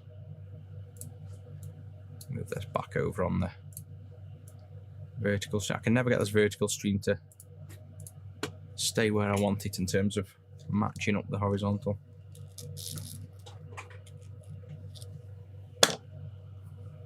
Have you got the stuff for that GPO? You know, that one that's just come in. That. What GPO? You know that GPO this morning? The 5-day old. Yeah. Yeah, it's done. It's cool. Because he's messy. I think it's international, isn't it? That's why. So he's kind of panicking about getting it for Christmas.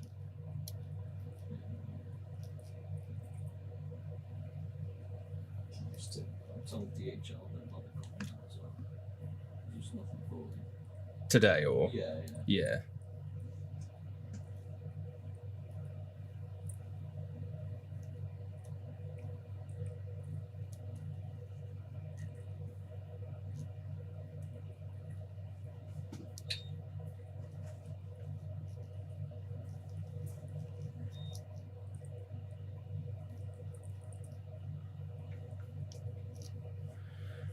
There you go.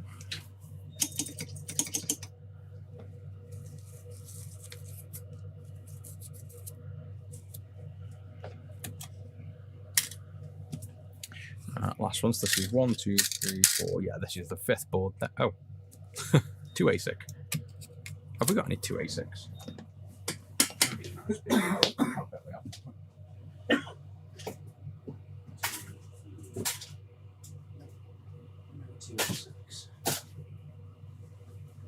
I need another 1 ASIC.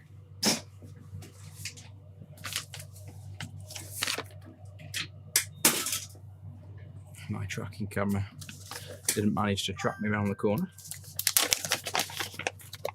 What are we doing? We are building a load of game gears at the minute. So we've got, I can find all my bits. We've got a load of re-PCBs, these are, so a Game Gear board I've made. With a box full of Game Gears down here. So this is all full of Game Gears.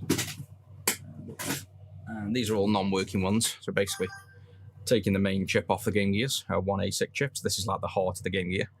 And transplanting it onto these and then building them up into fully built consoles. These are all sold, so these are just literally batching for orders. But we've got to get 6 done. I've done 1. We've got 5 more, so I'm just going to do all 5 in a row, basically.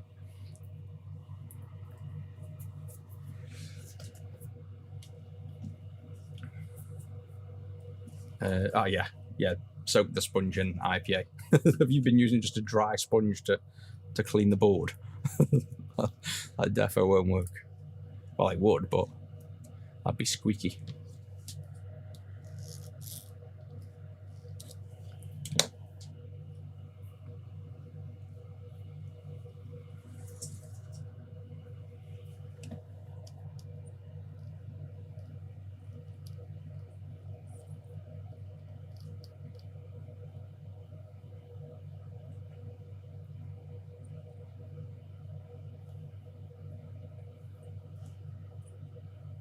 I'll go back and get that short in the top middle in a second.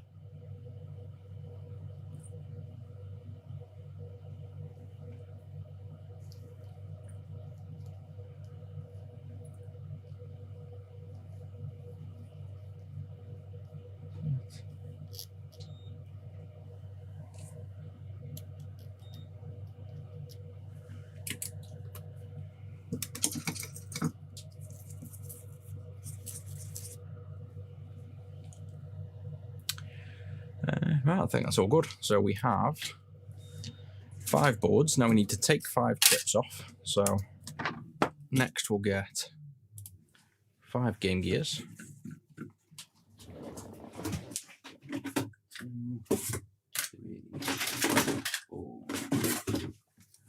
5. Ooh, someone's what do we reckon with this one? This has already been transplanted to an SYF board at some point. So that means somebody's already hot at this, already had a go, and also failed. So what do you think the chances of this thing still working are? I mean, the pins don't look... They don't look like they're damaged, but they also don't look like they've soldered, which is obviously, as we know, not the easiest thing on these. Oh yeah, look at that, just floating pins. First one I've gone to floating. Floating, yeah, so this won't work if they're not soldered down. So exactly what we experienced when we first tried it. So it's probably just, they've done a transplant, it's not stuck down. And they presumed it doesn't work maybe. So I think we'll still try that. So we've got 1, 2, 3, 4, 5. We'll do them 5. Maybe we'll just put a grind mark on this. Where's my new grinder tool thing? Oh, I went back to the old one. Just put an S on this, I guess. So we know that was on the SYF board. And then be curious whether that one works or not. If it doesn't, it could be because whoever's taking it off has obviously done damage. We'll put flux on, maybe. Nah, I'm not going to put flux on for take them off. I'm just going to take them off, actually.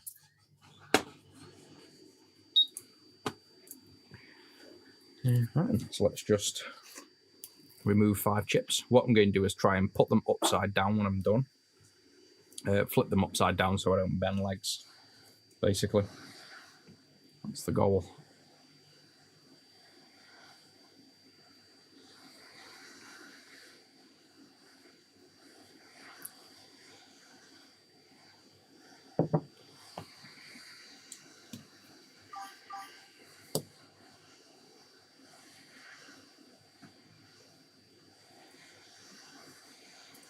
Yeah, you can get, there's a few boards. I think SYF was the first person to build one, I think, pretty sure. We used to use them at the start, but we just couldn't get used to them. The amount we were building, it was more hassle using the boards, and I think the main issue was the connectors, you know, like the little connectors, the ribbon connectors, the ones they were using on these boards just never seemed reliable. Plus the price of buying somebody else's built board was more than making it yourself as well. So then we have to charge customers more. So we did used to use these at the start. And then I think China, there's various Chinese companies that make multiple boards. Nothing like, you know, this level. I think most of theirs are just like, I guess they are all similar. I think there's Funny Plane maybe do one. I think they do. And then generic Chinese companies do them as well. But obviously, you know, the white one's the best. You want to stick with them. We're actually last of the game. I think it's like, this is the newest board. There's been obviously multiple boards already on the market before we released one.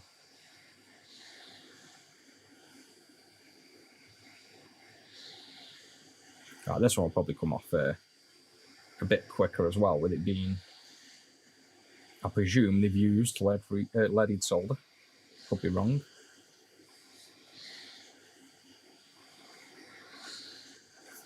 Yeah, you know what? I'm going to try. Nah, I was going to say I'm getting tempted already to go back to my normal 480 Celsius, considering I know it's just the VDP that dies with heat, but let's just keep the temps lower. Just takes so much longer.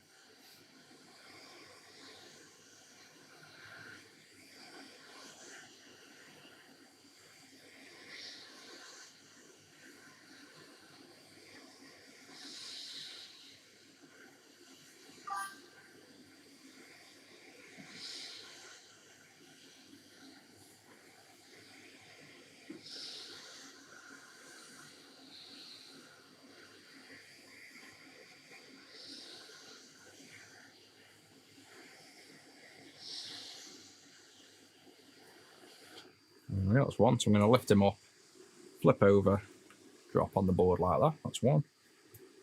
You can go in the bin now. And then rinse and repeat 4 more times.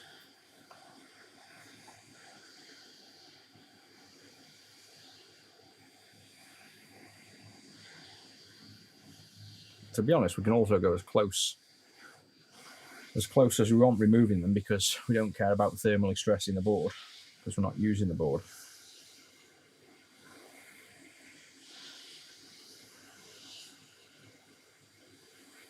I do have that chip that sits completely over this ASIC, the exact shape that would be faster. But I just don't like using it because you can't see what you're doing on the chip. You can't kind of observe where the chip is and nudge it into position and push it down and stuff like that. So might be worth swapping over to that nozzle for removing and then swapping back to this for putting back down, but I don't know. Don't know if it's worth the hassle.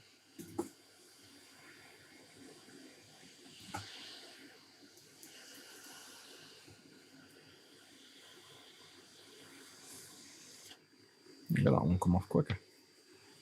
It smells like chips. Like deep fried chips. Maybe do this view as well. Bit of a difference. There we go.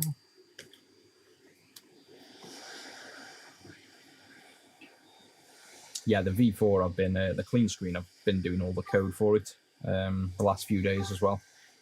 Got some really cool features. If you're in the Elite Members channel, I think I've been posting it there. Some of the updates on it.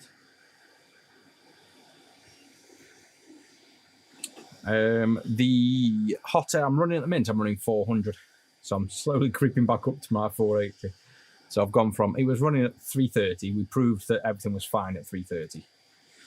Just too slow. Like, I think it was really, realistically too slow, and it was more cautious until we get used to making sure we don't kill chips the other way. I started at 380 on the video, and then I crept it up to 400 for the first one. The first one's been removed, then preheated to 200. It's had hot air on it, taken off, cleaned, put down another time. So it's had a lot of work at the 400 and works first time.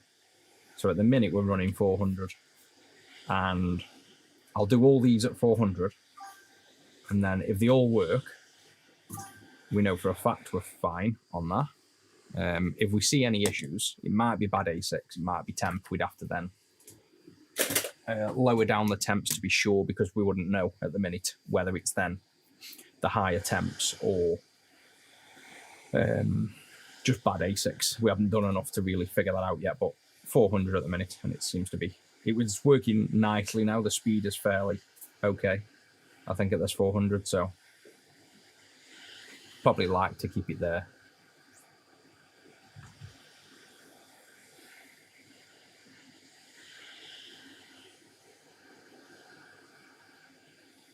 Soldier 9 tips that go all over the pins. Yeah, you can get loads of different kinds. Like, you're on about just the big wedges. I think I've got one somewhere.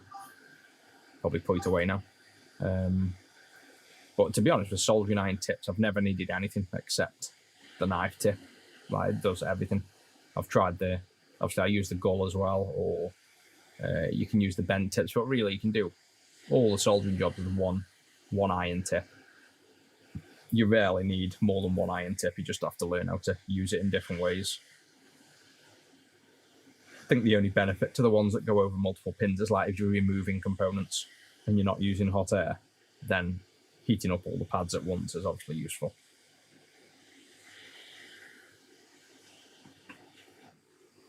See, getting used to it now, getting familiar with the timing, and not having to keep checking and stuff.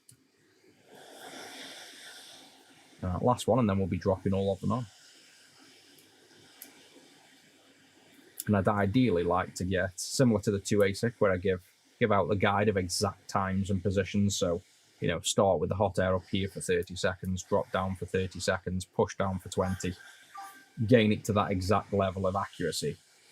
I can drop the 2 ASICs on with that, you know, my eyes shut, basically. I'd like to get enough practice with these to be able to kind of do the same thing.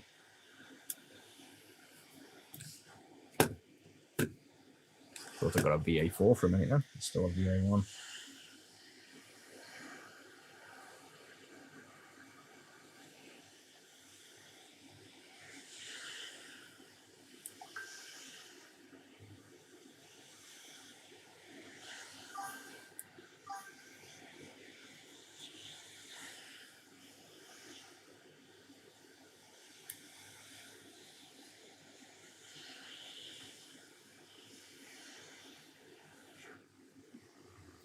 So that's all them off. And now I think we can go straight to dropping onto the new boards, I think. So we can just bring one of these in. Flux up. Now, what do you reckon with the position thing? Shall we just see if we need to position it first? Because, right, this is the SYF board one. So this is one that's already been worked on. Put that hot air down a minute.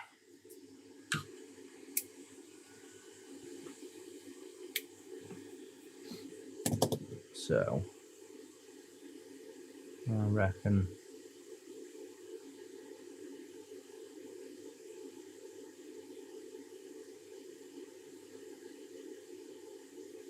yeah, there we go. Again, 2 ASICs don't have to align much. I'm trying to get used to it where we don't waste time aligning the chip and we just let the surface tension pull in. But like I say, what we've seen and found with these chips is they don't align, they just float and blow off with hot air. So let's just see.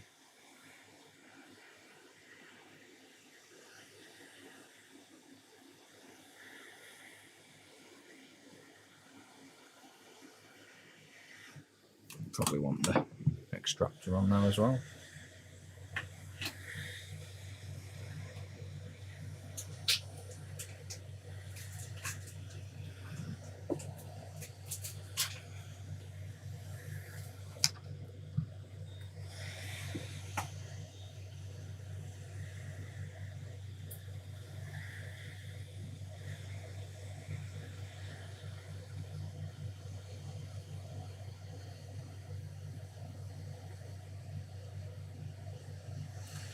Yeah, JBC have got quite a lot of tip options. Hopefully, I might be getting some JBC stuff soon.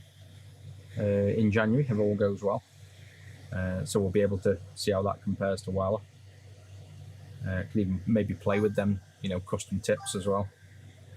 But like I say, I think if you practice enough with the one tip you've got, you can do all the jobs you need.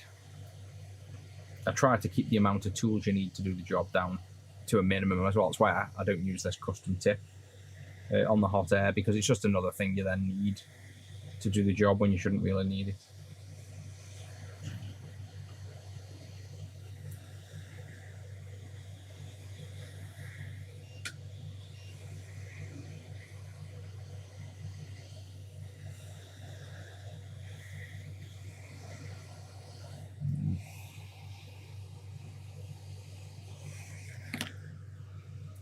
Extra flux on now, and then let's go for a warm up and push down. They just don't seem to visually look like you're doing anything. This is the main problem I find with these 1A6 is they don't look like they're reflowing. The pins don't change and the flux doesn't bubble, and it just doesn't look like it's going down. You just have to trust the process, really.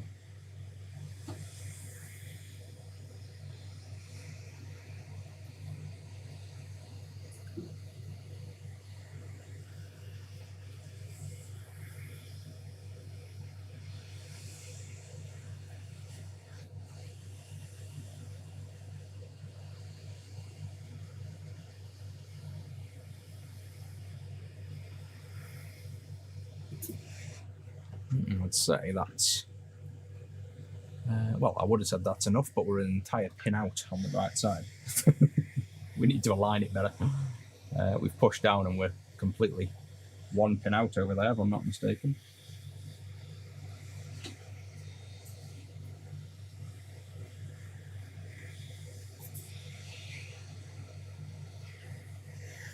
And there we go. Let's try that again.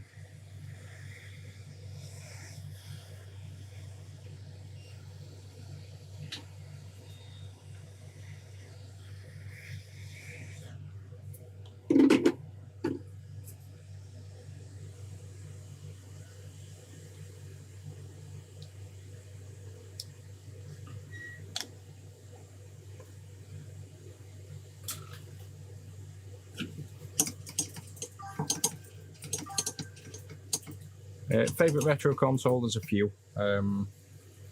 Desktop probably between PlayStation 1 and Xbox original. Handheld's got to be obviously the Game Boy. Probably the. To be honest, the colour's probably got more natural memory for me because that's the one I used. I don't really remember using the GBA as a kid, but I remember the original, and then I remember when the colour come out, like how impressive that was. So probably like the. I think I prefer the GBA now, but as a kid, the GBC was the one that I used the most.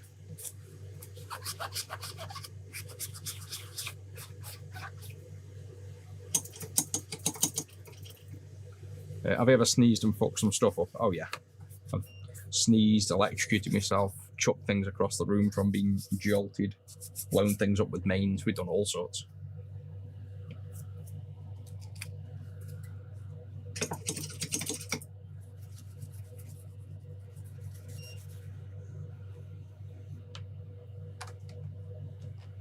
Chips out the way.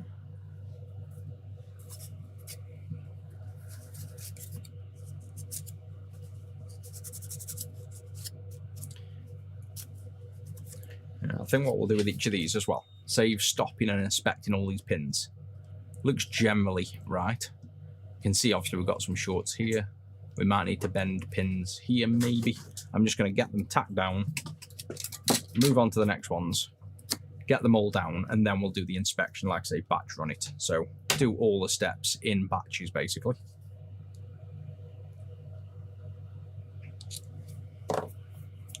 So what did I think? See, I just don't think these, I don't know, they don't feel like they go down. That's the biggest problem with these, is they just physically feel like, and visually, like you can't tell that I think it's just because the pins are so small. They just don't seem to look like they'll be flowing, if that makes sense. Like with the two ASICs, it says you can see everything happening. You get a feel for it. You see the, the flux flow. With these, I just feel like you can't see anything happening, you know what I mean? It's just all based on the time you expect it to take, basically. And I think we even need to, I need to like zoom in like that sometimes to see. Like there, so see like that end pin's bent a little bit. That's slightly off. Yeah, you need to be quite zoomed in to tell. But then it's too zoomed in to work on. And then that leg goes down, so it's like surface tension just doesn't work for you in this instance on these. Like if you don't align these, they just don't pull in. They just kind of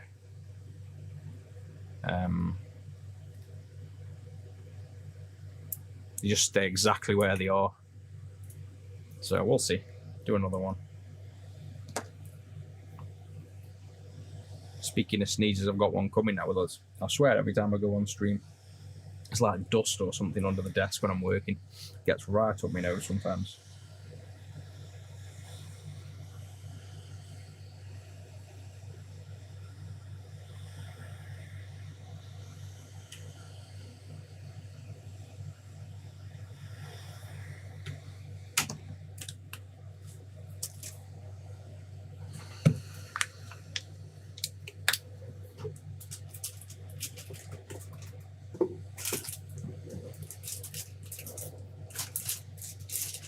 Yeah, the Game Boy Color, I'm sure the one I had was purple.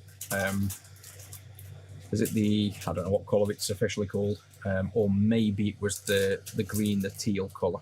I can't remember which one I had. I think I had multiple though, because I think once I'd got one, after a while I wanted another, as you do. So I'm sure I had both colours, but I can't really remember. It's either the blue or the teal.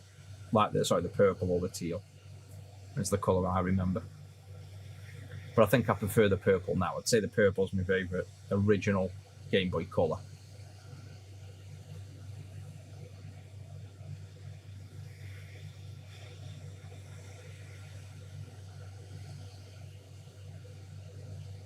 I might try that Solder King Flux actually on this next one. See if it, see how it compares to this again.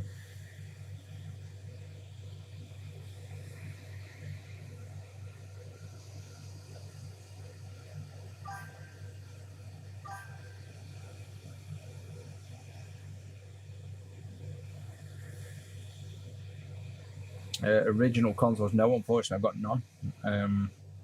See what I mean with these? They just disappear. What the? Nearly just blow it straight back into position. What the hell? Disappeared and then just went almost perfectly back to the start. No, I've got none. None of the original ones are hard, unfortunately.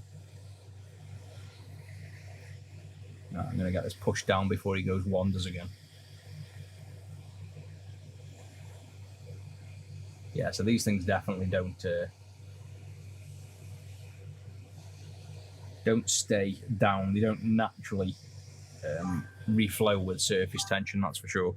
So I think the next ones will just tack into position like we did one of the others, just because I think stops that happening. Are we even remotely aligned over here? We're quite a way off there. I mean, they're all on, so it's going to work, but yeah, quick glance, that's fine. We can always remedy any issues after, so I'm going to say that one's okay. Just slightly off to the side, but not enough that it's you know, it's touching pins or anything. It is perfectly fine in terms of connection.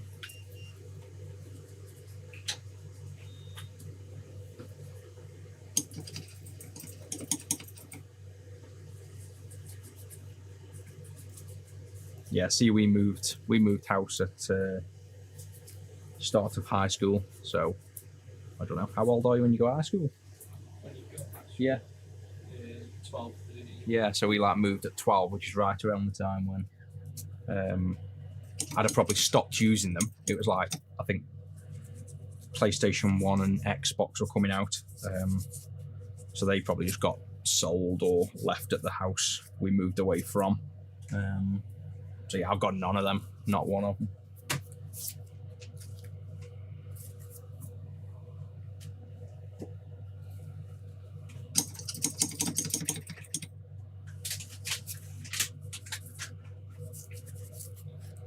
Right, so that's two. Now I'm going to try Solder King flux on this one, what we used to use, and just see how it compares.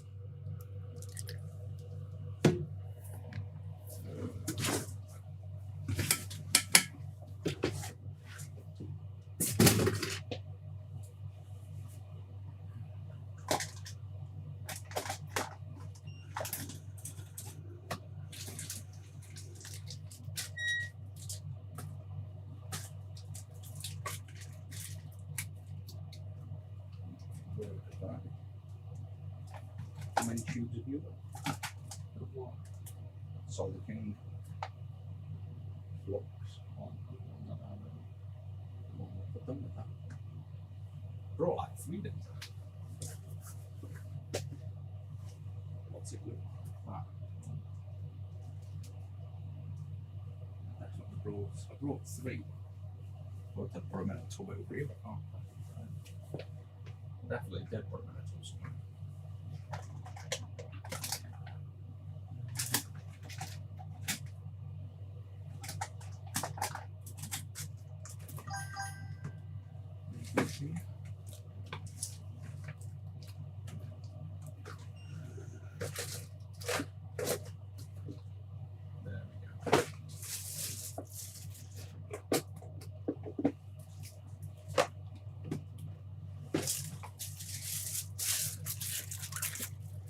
The camera actually managed to follow me to the shelf for once.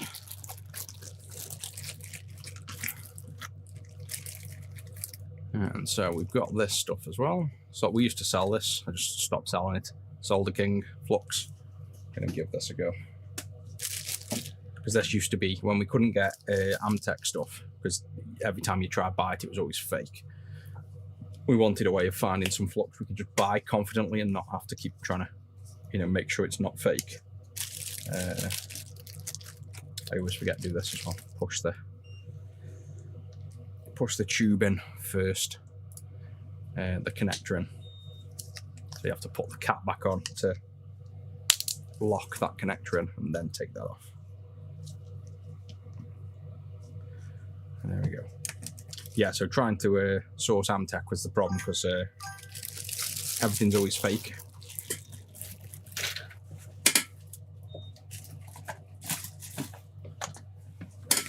So we found, I just tried loads and loads and loads of different fluxes and solders, and we pretty much found that Solder King were the only one that competed with Amtech. But I just then, once I found Styri, I went to that myself. But let's just try this again. Go back to Solder King and we'll see directly how it compares to that last one. So let's put another chip down. You know what, did I even put the other chip on the right way? I wasn't even paying attention. Yeah, that chip's on with the Sega faciness. Thought for a minute then I'd just put it on a random way. Right, so we said we're gonna tack this down, didn't we? Gate in position and tack it down. Just so it doesn't fly off as easily. So I guess zoom in extra like that. On the VRAM it says 652256 is meant to be 1.2, I presume. I'd have to check my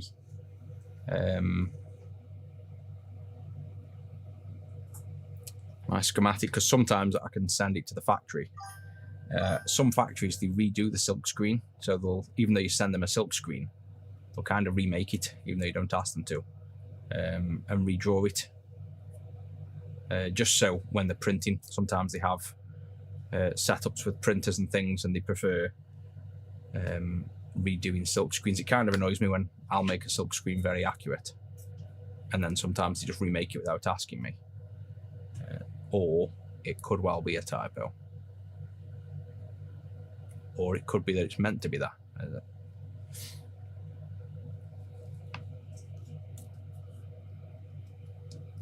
Alright, so that's, no, that didn't even tack in. I was about to say that's tacked down now. I didn't even manage to blob solder on it. Right, let's get you two tacked down. Right, they're on. They're on. Just tack a few more. Now it's in position.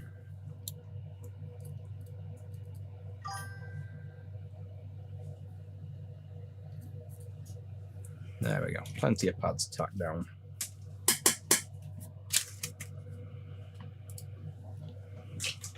And now let's hot air this one and see how this goes.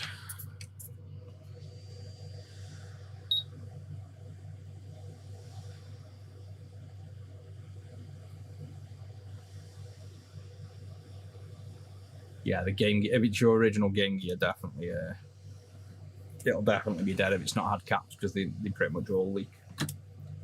But you might be lucky, you might just recap it and it'd be fine.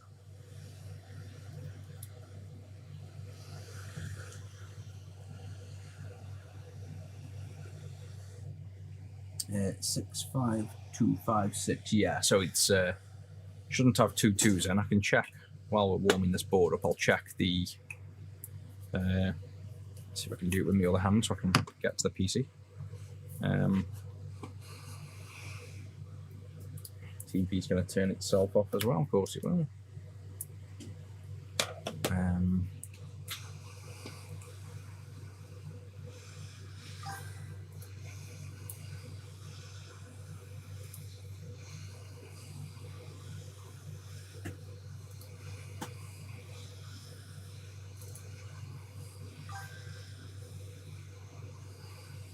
PG, 3 PCB, hardware, 1 ASIC, grab that, and we'll open up schematics. GG, 1 ASIC.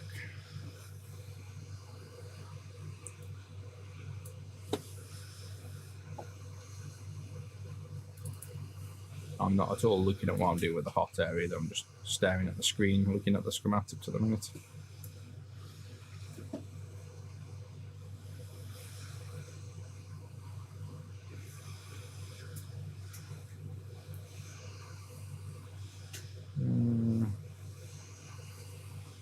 Good test for solder king. Flux, I'm not even looking at what's going on. Okay, let's maybe... Now this is probably warmed up, we'll definitely focus back on this solder in a minute first, and then we'll... I'll look at the... schematics after.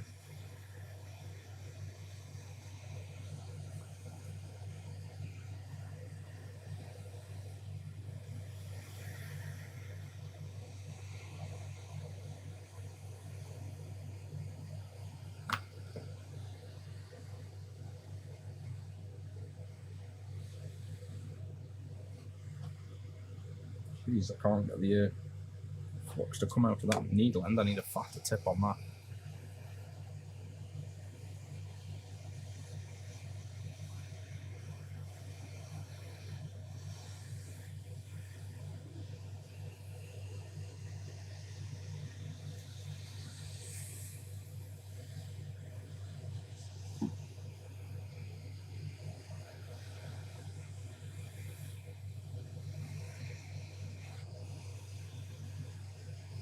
You know what, I think that's better. Is that just me, or did that flow a hell of a lot better? Like I could see all the pins reflowing. I'm sure that was better. I'll have to try that on the next one. That definitely looks better as well to me. Is that just me? Or that's definitely flown better. Look at them pins. Alright, so then compare it to this one. Look at that. Look at the difference. Look at all them pads. And go back to the Solder King one. There's no question there. Every single leg.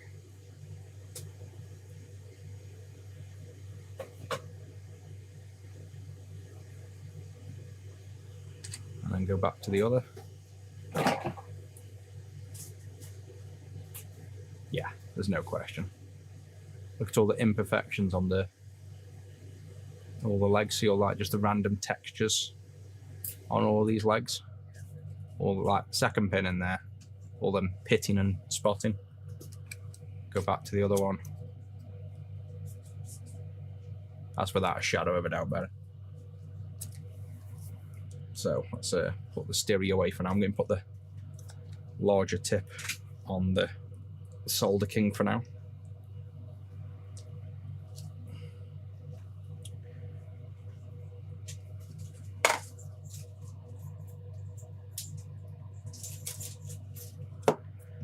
Right, we're going to have to heat that back up because it's going to cool down quite a bit now, so all the flux is going to be harder to clean.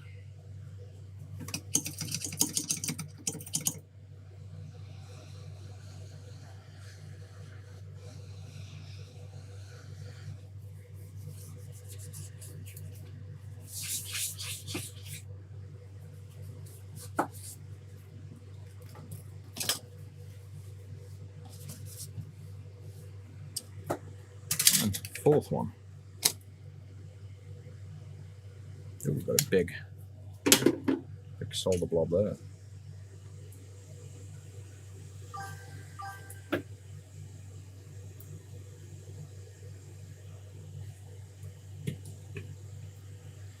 Where'd you get Solder King from? You have to really be a professional because they don't sell to the public directly. So that's why we used to sell it. I might sell it again, to be honest. If you guys want it, I can always reach out. The reason we stopped selling it is we ordered some solder. We used to sell a solder as well, and we ordered loads of I think it was lead-free solder at the time. Leaded solder, and they sent us like 20 lead-free solder. Basically, we ordered one, we got the other. We returned it at our cost as well at the post office. They didn't send the new ones out, so customers were waiting on orders. They then said they never received it back, and you're talking about like a £500 order. Eventually, we ended up proving it had been sent back and that they just lost it in the warehouse. But by then, to be honest, I just got pissed off with how we got treated as a customer, which I'm sure I've done the same to our own customers.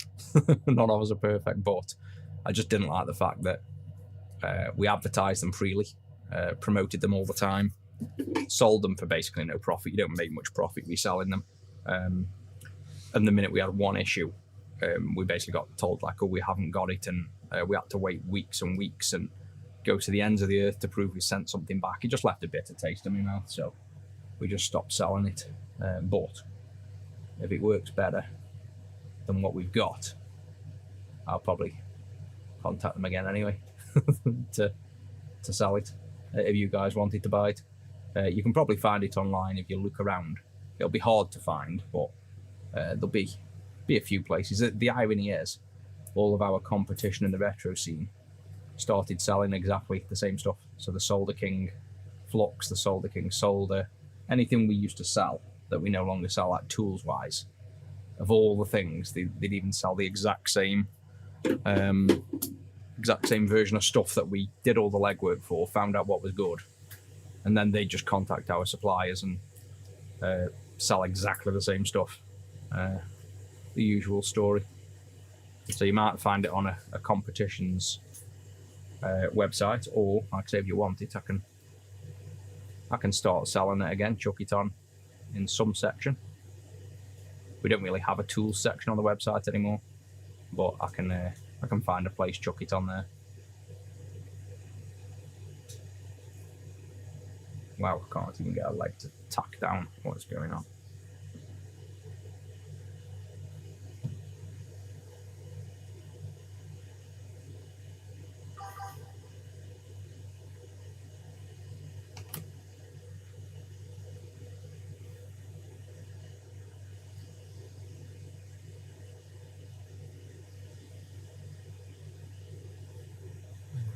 Let's go up to the top, get this somewhat aligned. That's miles off.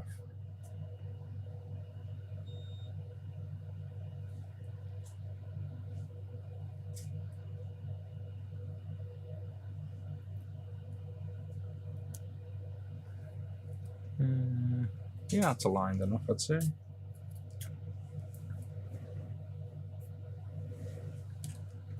That's tucked in, that's tucked in.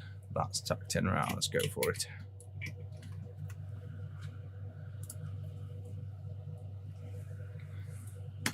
Yeah, they say that, but I don't think it does. It just pisses you off, really.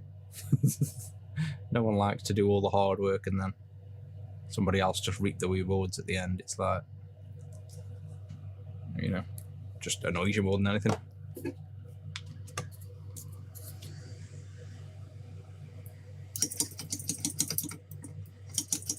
What temp can the chip withstand? I've soldered pretty much every chip for years, like 480 degrees Celsius. The only one we've recently found out does die with heat is the Game Gear 2 ASIC. For that, I've had to lower the temps right down to like 330. I soldered them at to be really safe. But these are all going on at 400. I've done like that many now, so 16. At the higher temps, no issues. So these are likely all fine at 400. Most chips are literally 480 degrees Celsius all day long. You've got no issue. But specifically, the Game Gear 2 ASIC is temperature sensitive. So that's why the 1 ASIC, until we've done more of them, I'm going at 400. But to be honest, this 400's working fine. It's quick enough, it's working. I don't think there's a need to go hotter than that. This is like got a good balance between speed and doing its job without risking too much heat.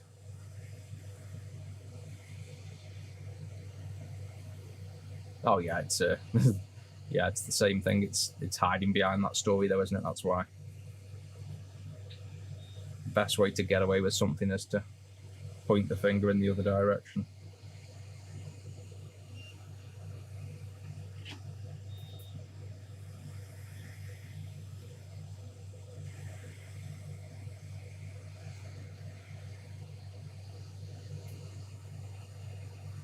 Yeah, this is definitely reflow. Look at these pins. Look at how they change from solid to molten as you're going down. This is what we weren't seeing on the 1 ASIC. Like, you see it on the 2 ASIC, but yeah, just look at that reflowing. And watch up here as we go up. If you watch here, course, you haven't really seen it. I think they're already molten, that's why, like liquefied. But there, go across here, see them change. So yeah, this flux is definitely better. Go back down here then, and then I think now we'll push down. And then carry on around to reflow for the last step.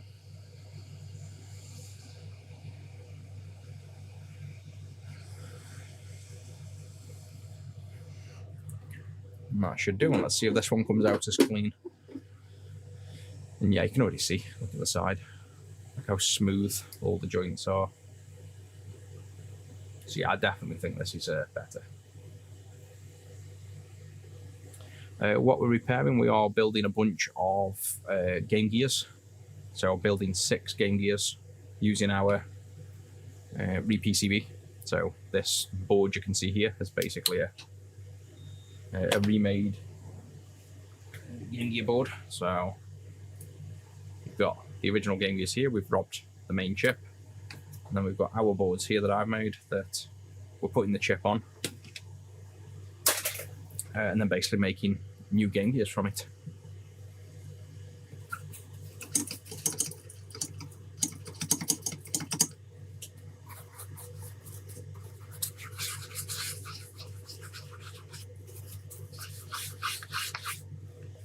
I wonder if the Solder King's actually UV reactive as well. It probably isn't.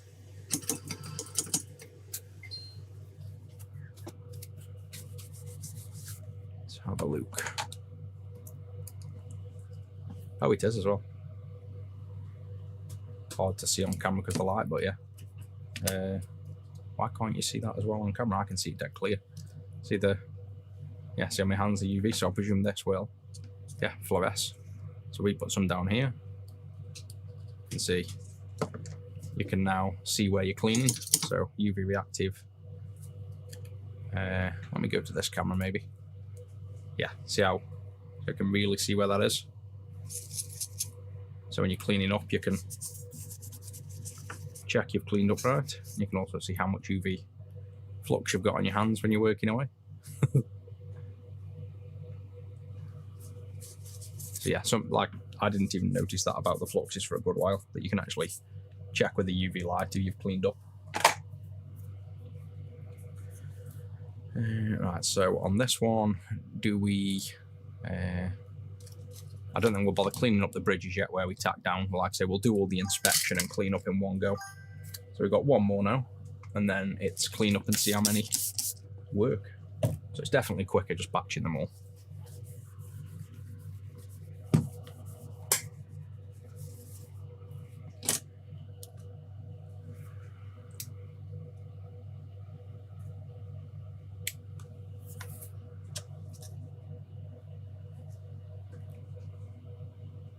Wasn't this, is this Solder King always been that clear colour as well?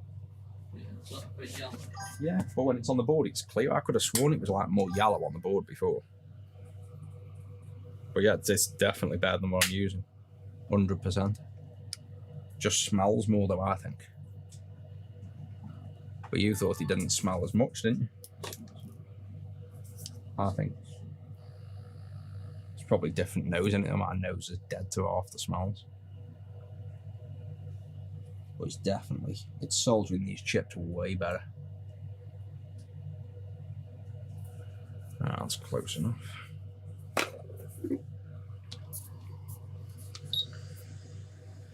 The video and work RAM are the generic in a sense. They're just off-the-shelf parts. We've got factories in China we've worked with for years that source these. So these are like unused or barely used refurbished chips. So what we try to get is what's called old new stock, which is, it was made 15, 20 years ago, but never, used.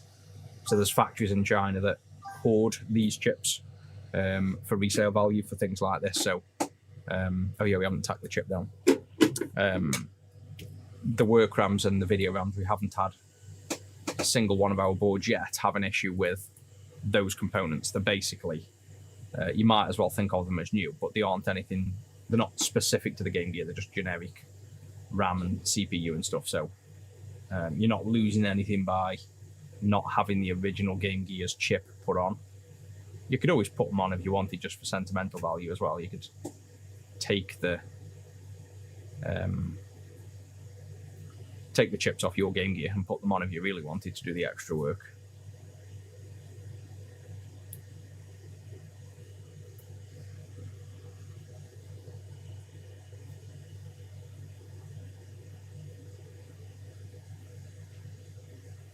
And that's aligned enough. Those legs are a little bit bent there, so probably might just want to bend him in because he's going to end up tacking to the wrong leg.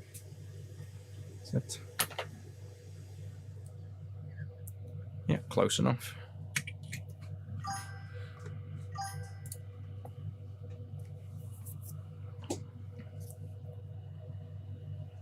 Can't remember whether we put flux down or anything we did. Oh, actually, I think we did, but never mind.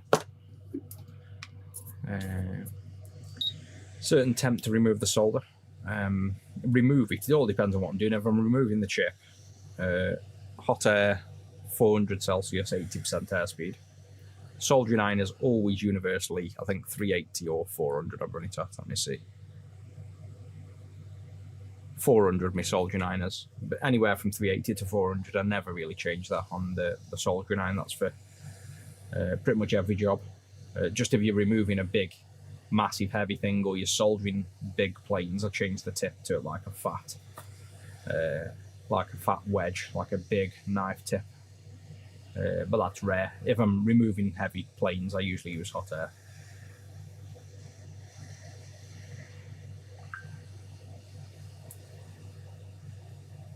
Yeah, if you want to get into this as well, if you sub to YouTube or Twitch, like member on YouTube or sub on Twitch, I do sub-only streams where I teach this as well, so that's perfect if you want to get into this and have a bit more one-to-one time. You can obviously watch the public streams and I'll answer the chat where I can, but if you want more of one-to-one, just, you know, be a member on the channel, basically.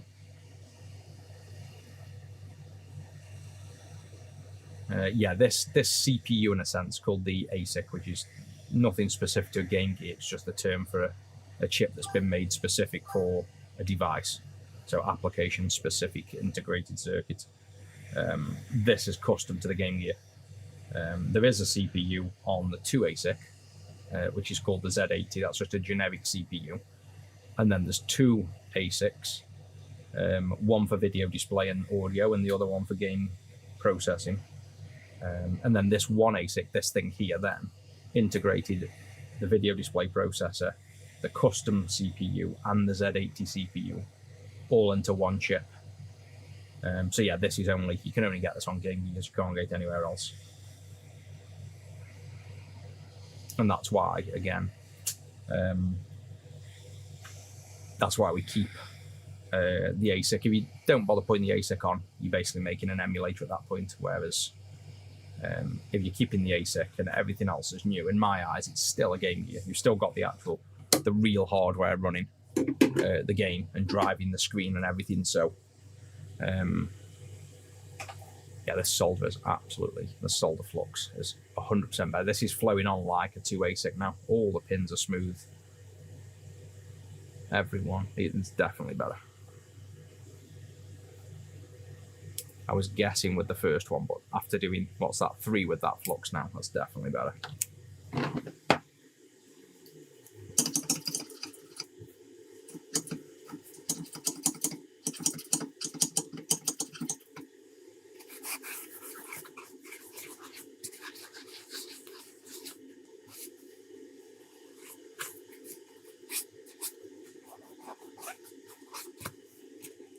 So let's see.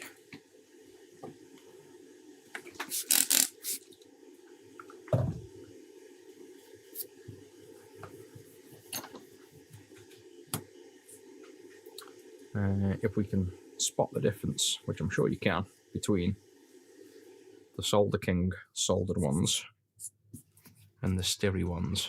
We zoom in. Let's go right in. So there's one set of legs. There's another, which is also Solder King You can see how they're smooth, even though there's a bit less and they're not quite as well aligned, and we haven't cleaned it as much yet. They're still smooth. Third one, smooth. And then we get to the two that we've done with the Amtech flux, and look straight away. I mean, it's done its job, but pitting all along here. And then the other one, again, looks fine, but I'm sure it's not just me how you can see the massive difference between those legs and those legs. Just like, and that's the worst of them when I was practicing. I think this is the best one. Yeah, look at that. That versus that, but I'd have to pull focus. So that's the Stewie, effectively the Amtech style. And then that is the Solder King. So it's definitely working better. They've both done the job by the looks, but I'm definitely going to use that for now. So we've got the 5 chips soldered down. We've obviously got to now zoom in, check the pins, and quickly remove any shorts and then power them up and see how many work. Yeah, I'm all self-taught, all of this, so no formal education at all. Yeah, solder fumes and burned through me nose. To be honest, all my nose issues came about with COVID. Lost a lot of the smell from then, but at the same time, you know, when you lose your smell, I know what didn't help is we've got a hot tub and I've got chlorine tablets you put in, and I was checking if I could smell, so I got the chlorine and sniffed and couldn't smell anything, but then coughed my guts up, so I think I'd snorted chlorine up my nose, so that probably didn't help with the smell either. But yeah, I've never had the smell right since then, really.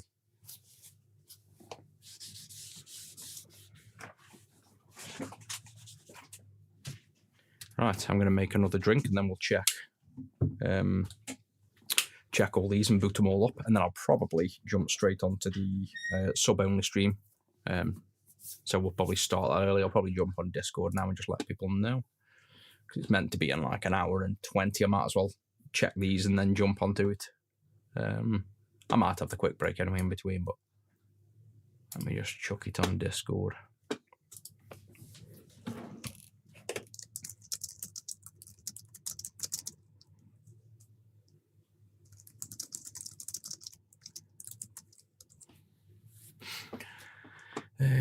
I'm again, so Game Boy Color, that has a flexible charging board. That's clean juice. It will be soldered into console. Right, and back in a minute. There's my coffee break.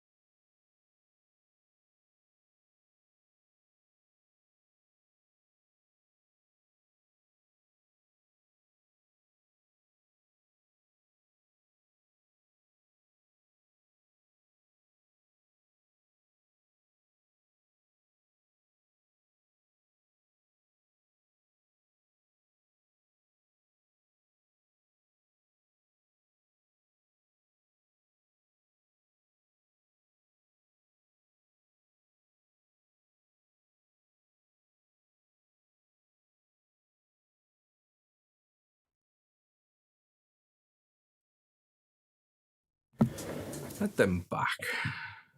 Oh, got a new sub while we're out. Right. Let's see how many of these work.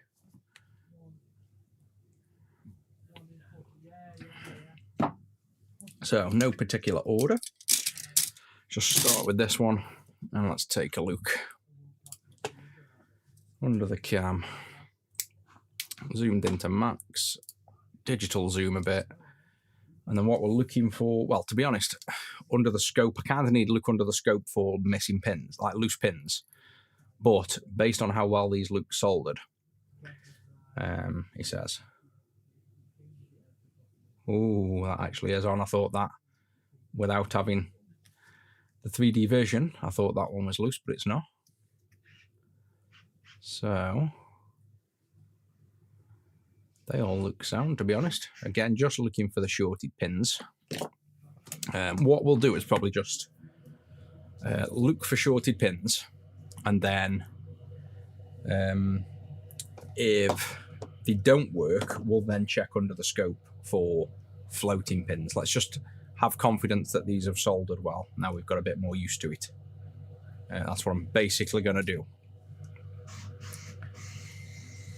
And I think actually, even though these two are tacked, I'm pretty sure these two are shorted on the circuit board. I keep forgetting, but I'm sure the top right and bottom left pins are actually shorted on the PCB. So you're not gonna get that bridge off there once it joins together, because they're actually shorted on the PCB. I can check myself because obviously I made this board. So let me just pull this up, and I guess I can show you as well, just so you can see. Bring them over, pull up the screen, and then obviously this is usually on a massive screen, so we can see here those two pins are basically ground. So that's why if I could just select the two pins, well, select the top one, go to 3D view, you can see these two pins are shorted naturally, and down here these two pins are, so they aren't a short. And then the pins I'm on about that always join is due to this trace running between them. So it's probably really bad practice to run a trace that way because of how it then visually looks when you solder the pins they can join. So I'll move them to a different way after. Let's see if it was me with a typo. Yeah, so it's a typo on my end here. That should just have 1 2 in. So the factory didn't do anything wrong there. Right, so let's get back to looking for shorts, I guess.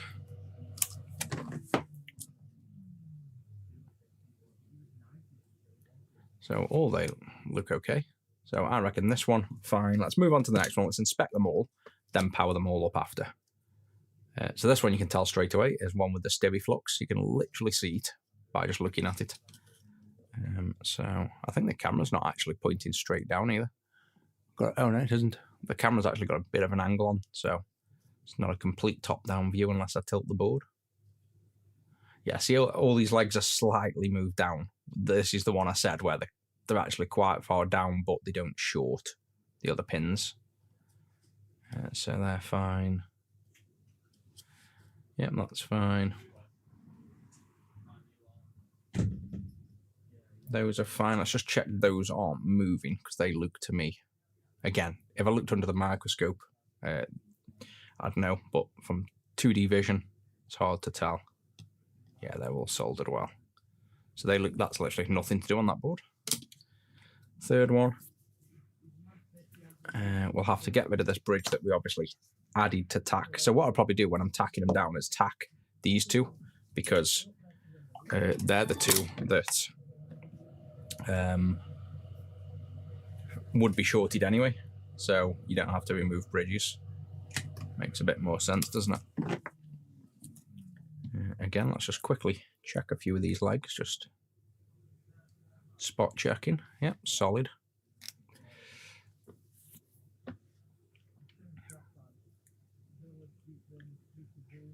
Yep, no shorts.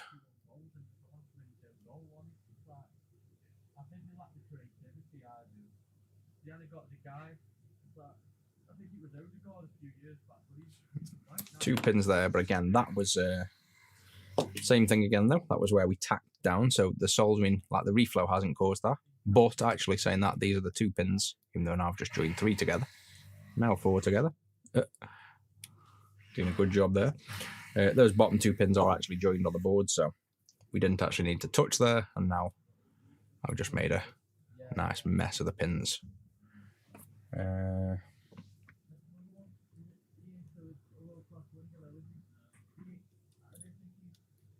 Yeah, I'm going to have to use some desolder work on there. Made a nice bodge of that one. I don't know whether chat is actually frozen as well. By the way, if you guys are chatting, nothing at all is coming through since I've come back in. I might have to... well, I'll send a test chat actually to make sure chat is working. Let me just do a ping just to see. And then at least if I know chat's working. Yeah, it's just no one's chatting, that's fine. Ooh, shit. Just dipped me coffee in my probe leads.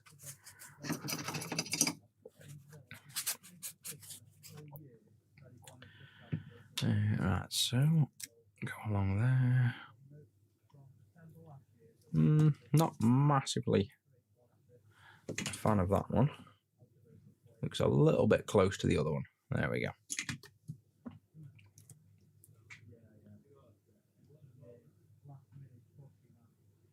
Yeah, that all looks good. So we're not doing bad here. 2 more down. Ooh, don't like the look at this one.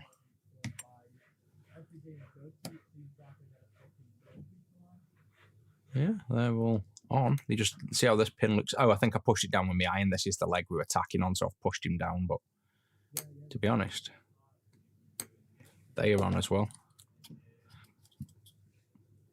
Yep, no issues there.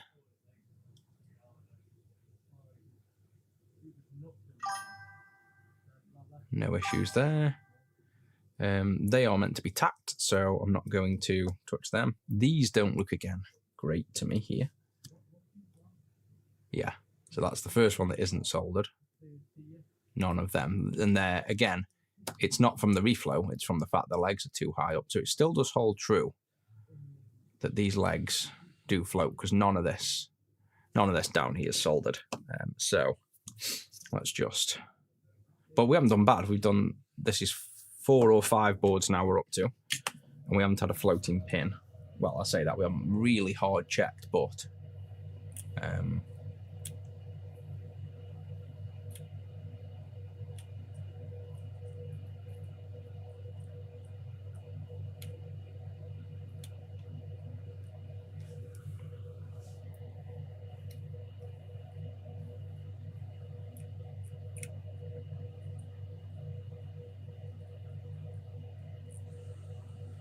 So it could be, again, you don't want to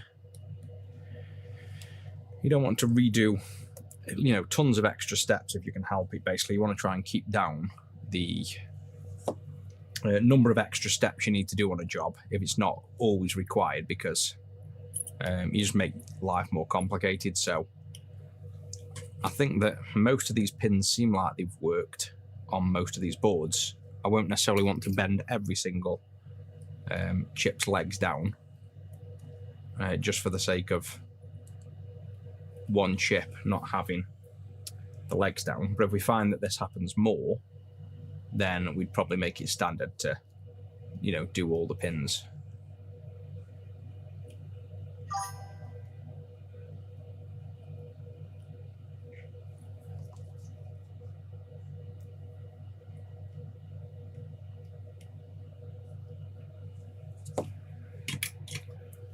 And then I'll probably still go over these under the scope, at like not necessarily on stream because it'll be boring if they work.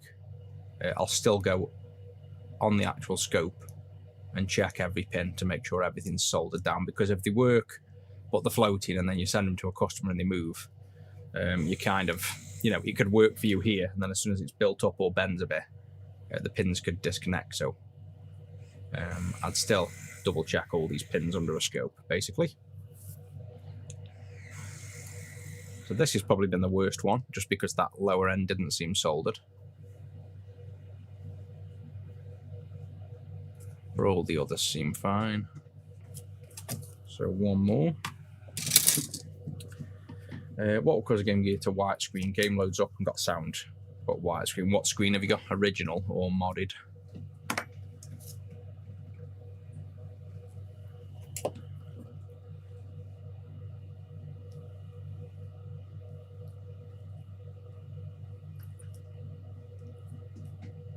That's those top two I'm going to leave bridged because they are bridged on the PCB. So we can leave that solder there, no problem.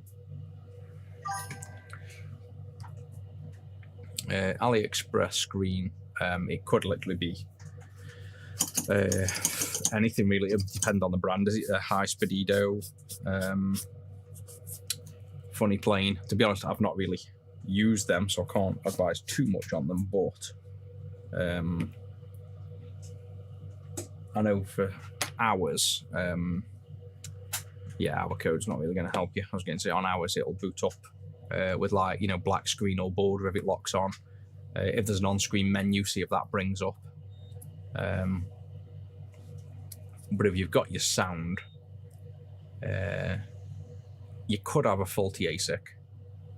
It's just not that common at all. That if you get no screen but an actual working sound, it's very rarely the ASICs. If it is, then it's normally the CPU, the left ASIC. I've only seen it once where you have a game load and audio, but the CPU, the left one on the 2 ASIC, doesn't output video. Like, it outputs a flat screen color, but that's rare. I'd say more than likely you just got a bad screen or bad connection between the screen and the chips, and the Game Gear is most likely okay. The best course would be to swap it. You know, if you've got another screen, swap the screen kit around to see if that's the issue or not. Yeah, so all these seem pretty good, to be honest. Like, obviously I can check them all if we have issues, but I'd say a quick glance now at all of them, these all seem like we're in a position to test them.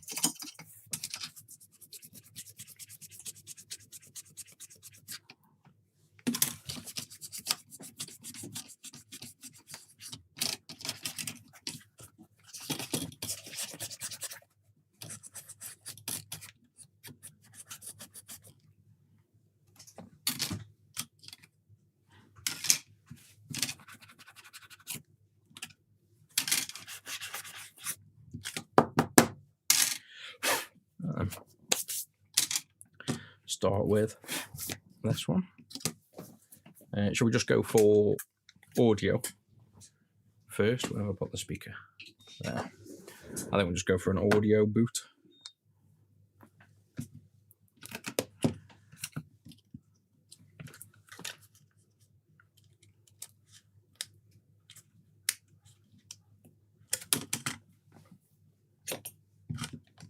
First one. Oh, no.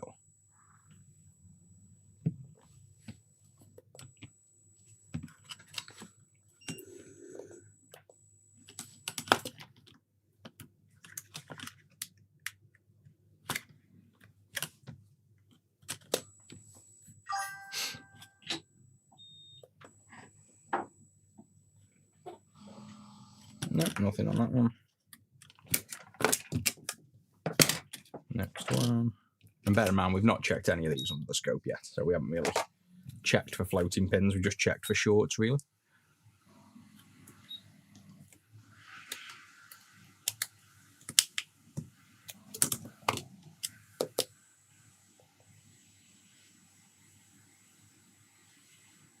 Nope. Two out. Try a third.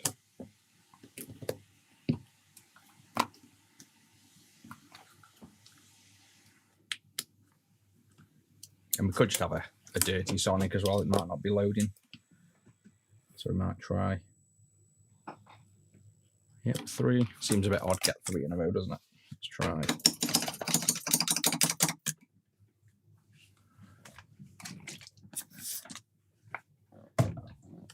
Sonic in.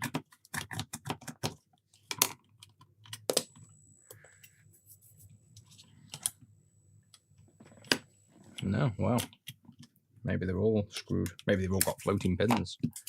That's 3, 4.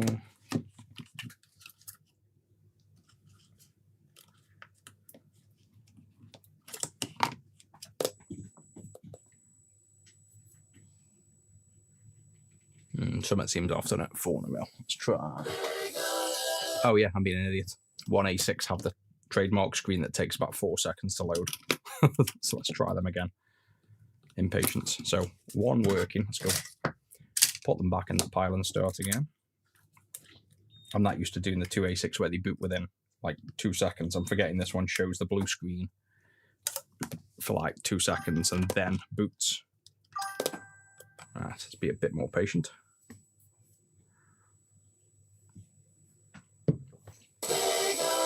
Yeah, that's another one. So probably just impatience. So two out of 2 working. Makes a bit more sense. I thought it was a bit strange.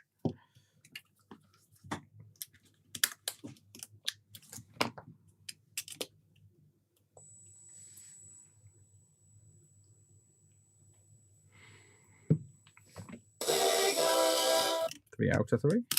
It's gone from non-working to all of them working. 2 more. And if so, that's then 6 A6 in a row we've got good. So it's looking like the 1A6 might be fairly stable in terms of likelihood of them being working boards. Seems like it's going to be quite high. Yeah, another one working. So last one, and this will be 6. 6 for 6 if so. Got to check the screens and that, but that's very unlikely to be a problem.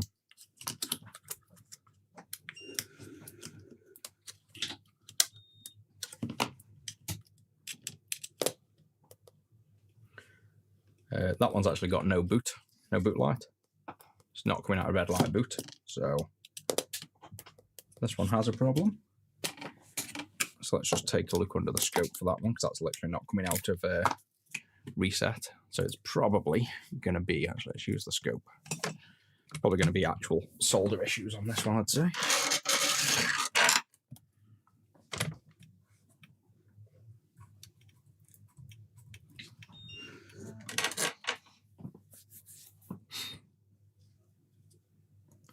So first looking for shorts, even though we've already looked for shorts.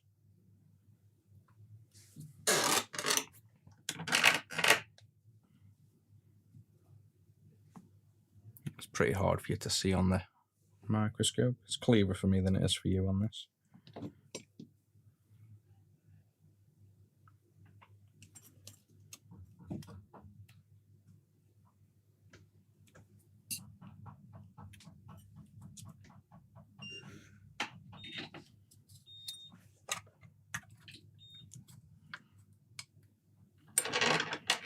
I mean, these are quite dirty pins there. Got quite a lot of residual grime from the old board there. But I don't think that'd change much.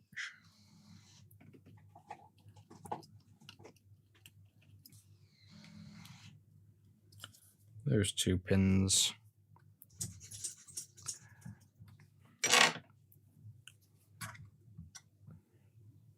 They are meant to be shorted. They're the 2 ground.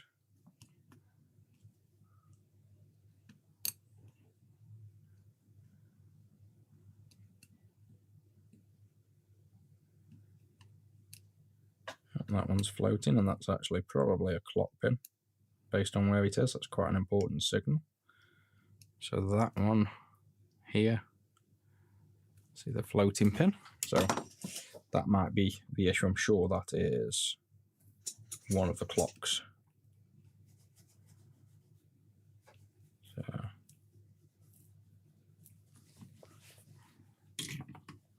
let's see, we get red light plugging in. No, still doesn't come out of red light. Oh yeah, all these pins down here are loose as well. So same thing, that's That's two out of the 6 then of hard kind of floating pins. So even if you solder them down well, you kind of still need to push them down sometimes.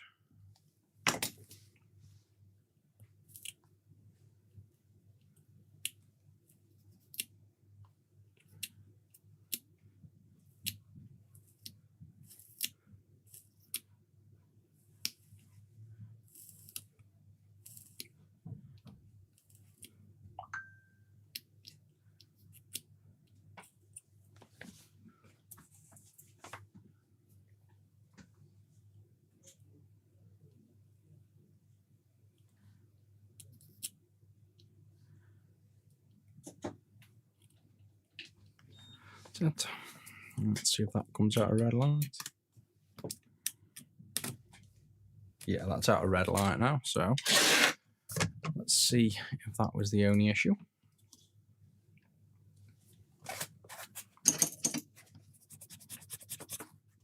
So now you can see if I plug the USB in, it comes out. So let's try again with a game.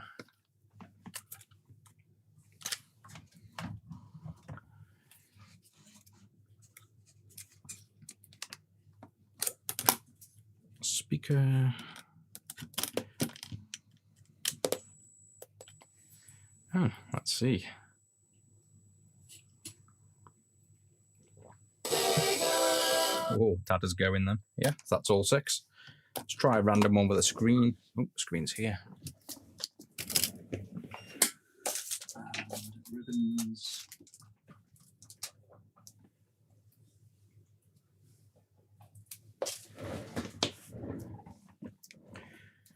Let's try this. So that will be on our little sheet as well now. Let's try and keep tabs. So we had 6 before, we've done 5 more. So 1, 2, 3, 4, 5. So we're up to, and that's not the most clear guide because of them. We've done 22 and we've had 1 faulty. 1 faulty ASIC. So it's looking pretty good for like reliability wise, just as a general idea for people building them or using them. For, you know, it's ideal for kind of saying, whereas the 2 ASIC stuff isn't really relevant now because we found out it was the heat killing them. So once we build more of them, we'll do the same kind of thing, keep a score going of how many work versus don't, and then it gives you a bit of an idea what to expect of your, you know, likelihood of it being an ASIC versus your soldering. Whereas for the 1 ASIC, to be honest, I'd say the likelihood of it being soldering is very high. Doesn't matter how well you do the process. Without practice, especially if you haven't done many. Look at when I was doing them at first, it took about 40 minutes to do the first one. And then another 6 were constantly just never soldered down right. These we've done 6 in a row and 2 of them had floating pins, even though we've got the process pretty clean now. So I think just the 1 ASICs are troublesome to solder basically as you. Again, probably more practice I'll get better, but I'd say that went pretty well and we still ended up with floating pins. So I think just one of them. I think the 1 ASICs are really got to keep an eye out for them floating pins. Yes, that works fine. All good. So that's 6 for 6. Oh yeah, actually, good point as well. The one failure we did have was with a funny plane screen that was literally on fire on stream. It was actually smoking and igniting, so it was like bright orange. So that was very likely inductor voltage spiking, killing that chip. So that probably would have been a working chip as well, but it got killed by a funny plane screen basically. So yeah, I think that's it. I will. What time are we on? I'll probably jump on the sub-only stream at 4 o'clock. Don't know whether you want to cover schematics, hardware, or whether you want to do the repairs. Tomorrow was going to be like your actual repairs, like doing general work, but today we could start covering reading schematics if you wanted, learning schematics and hardware. It's up to you. Just jump on Discord and let me know before we go on, and we'll see how many people jump on.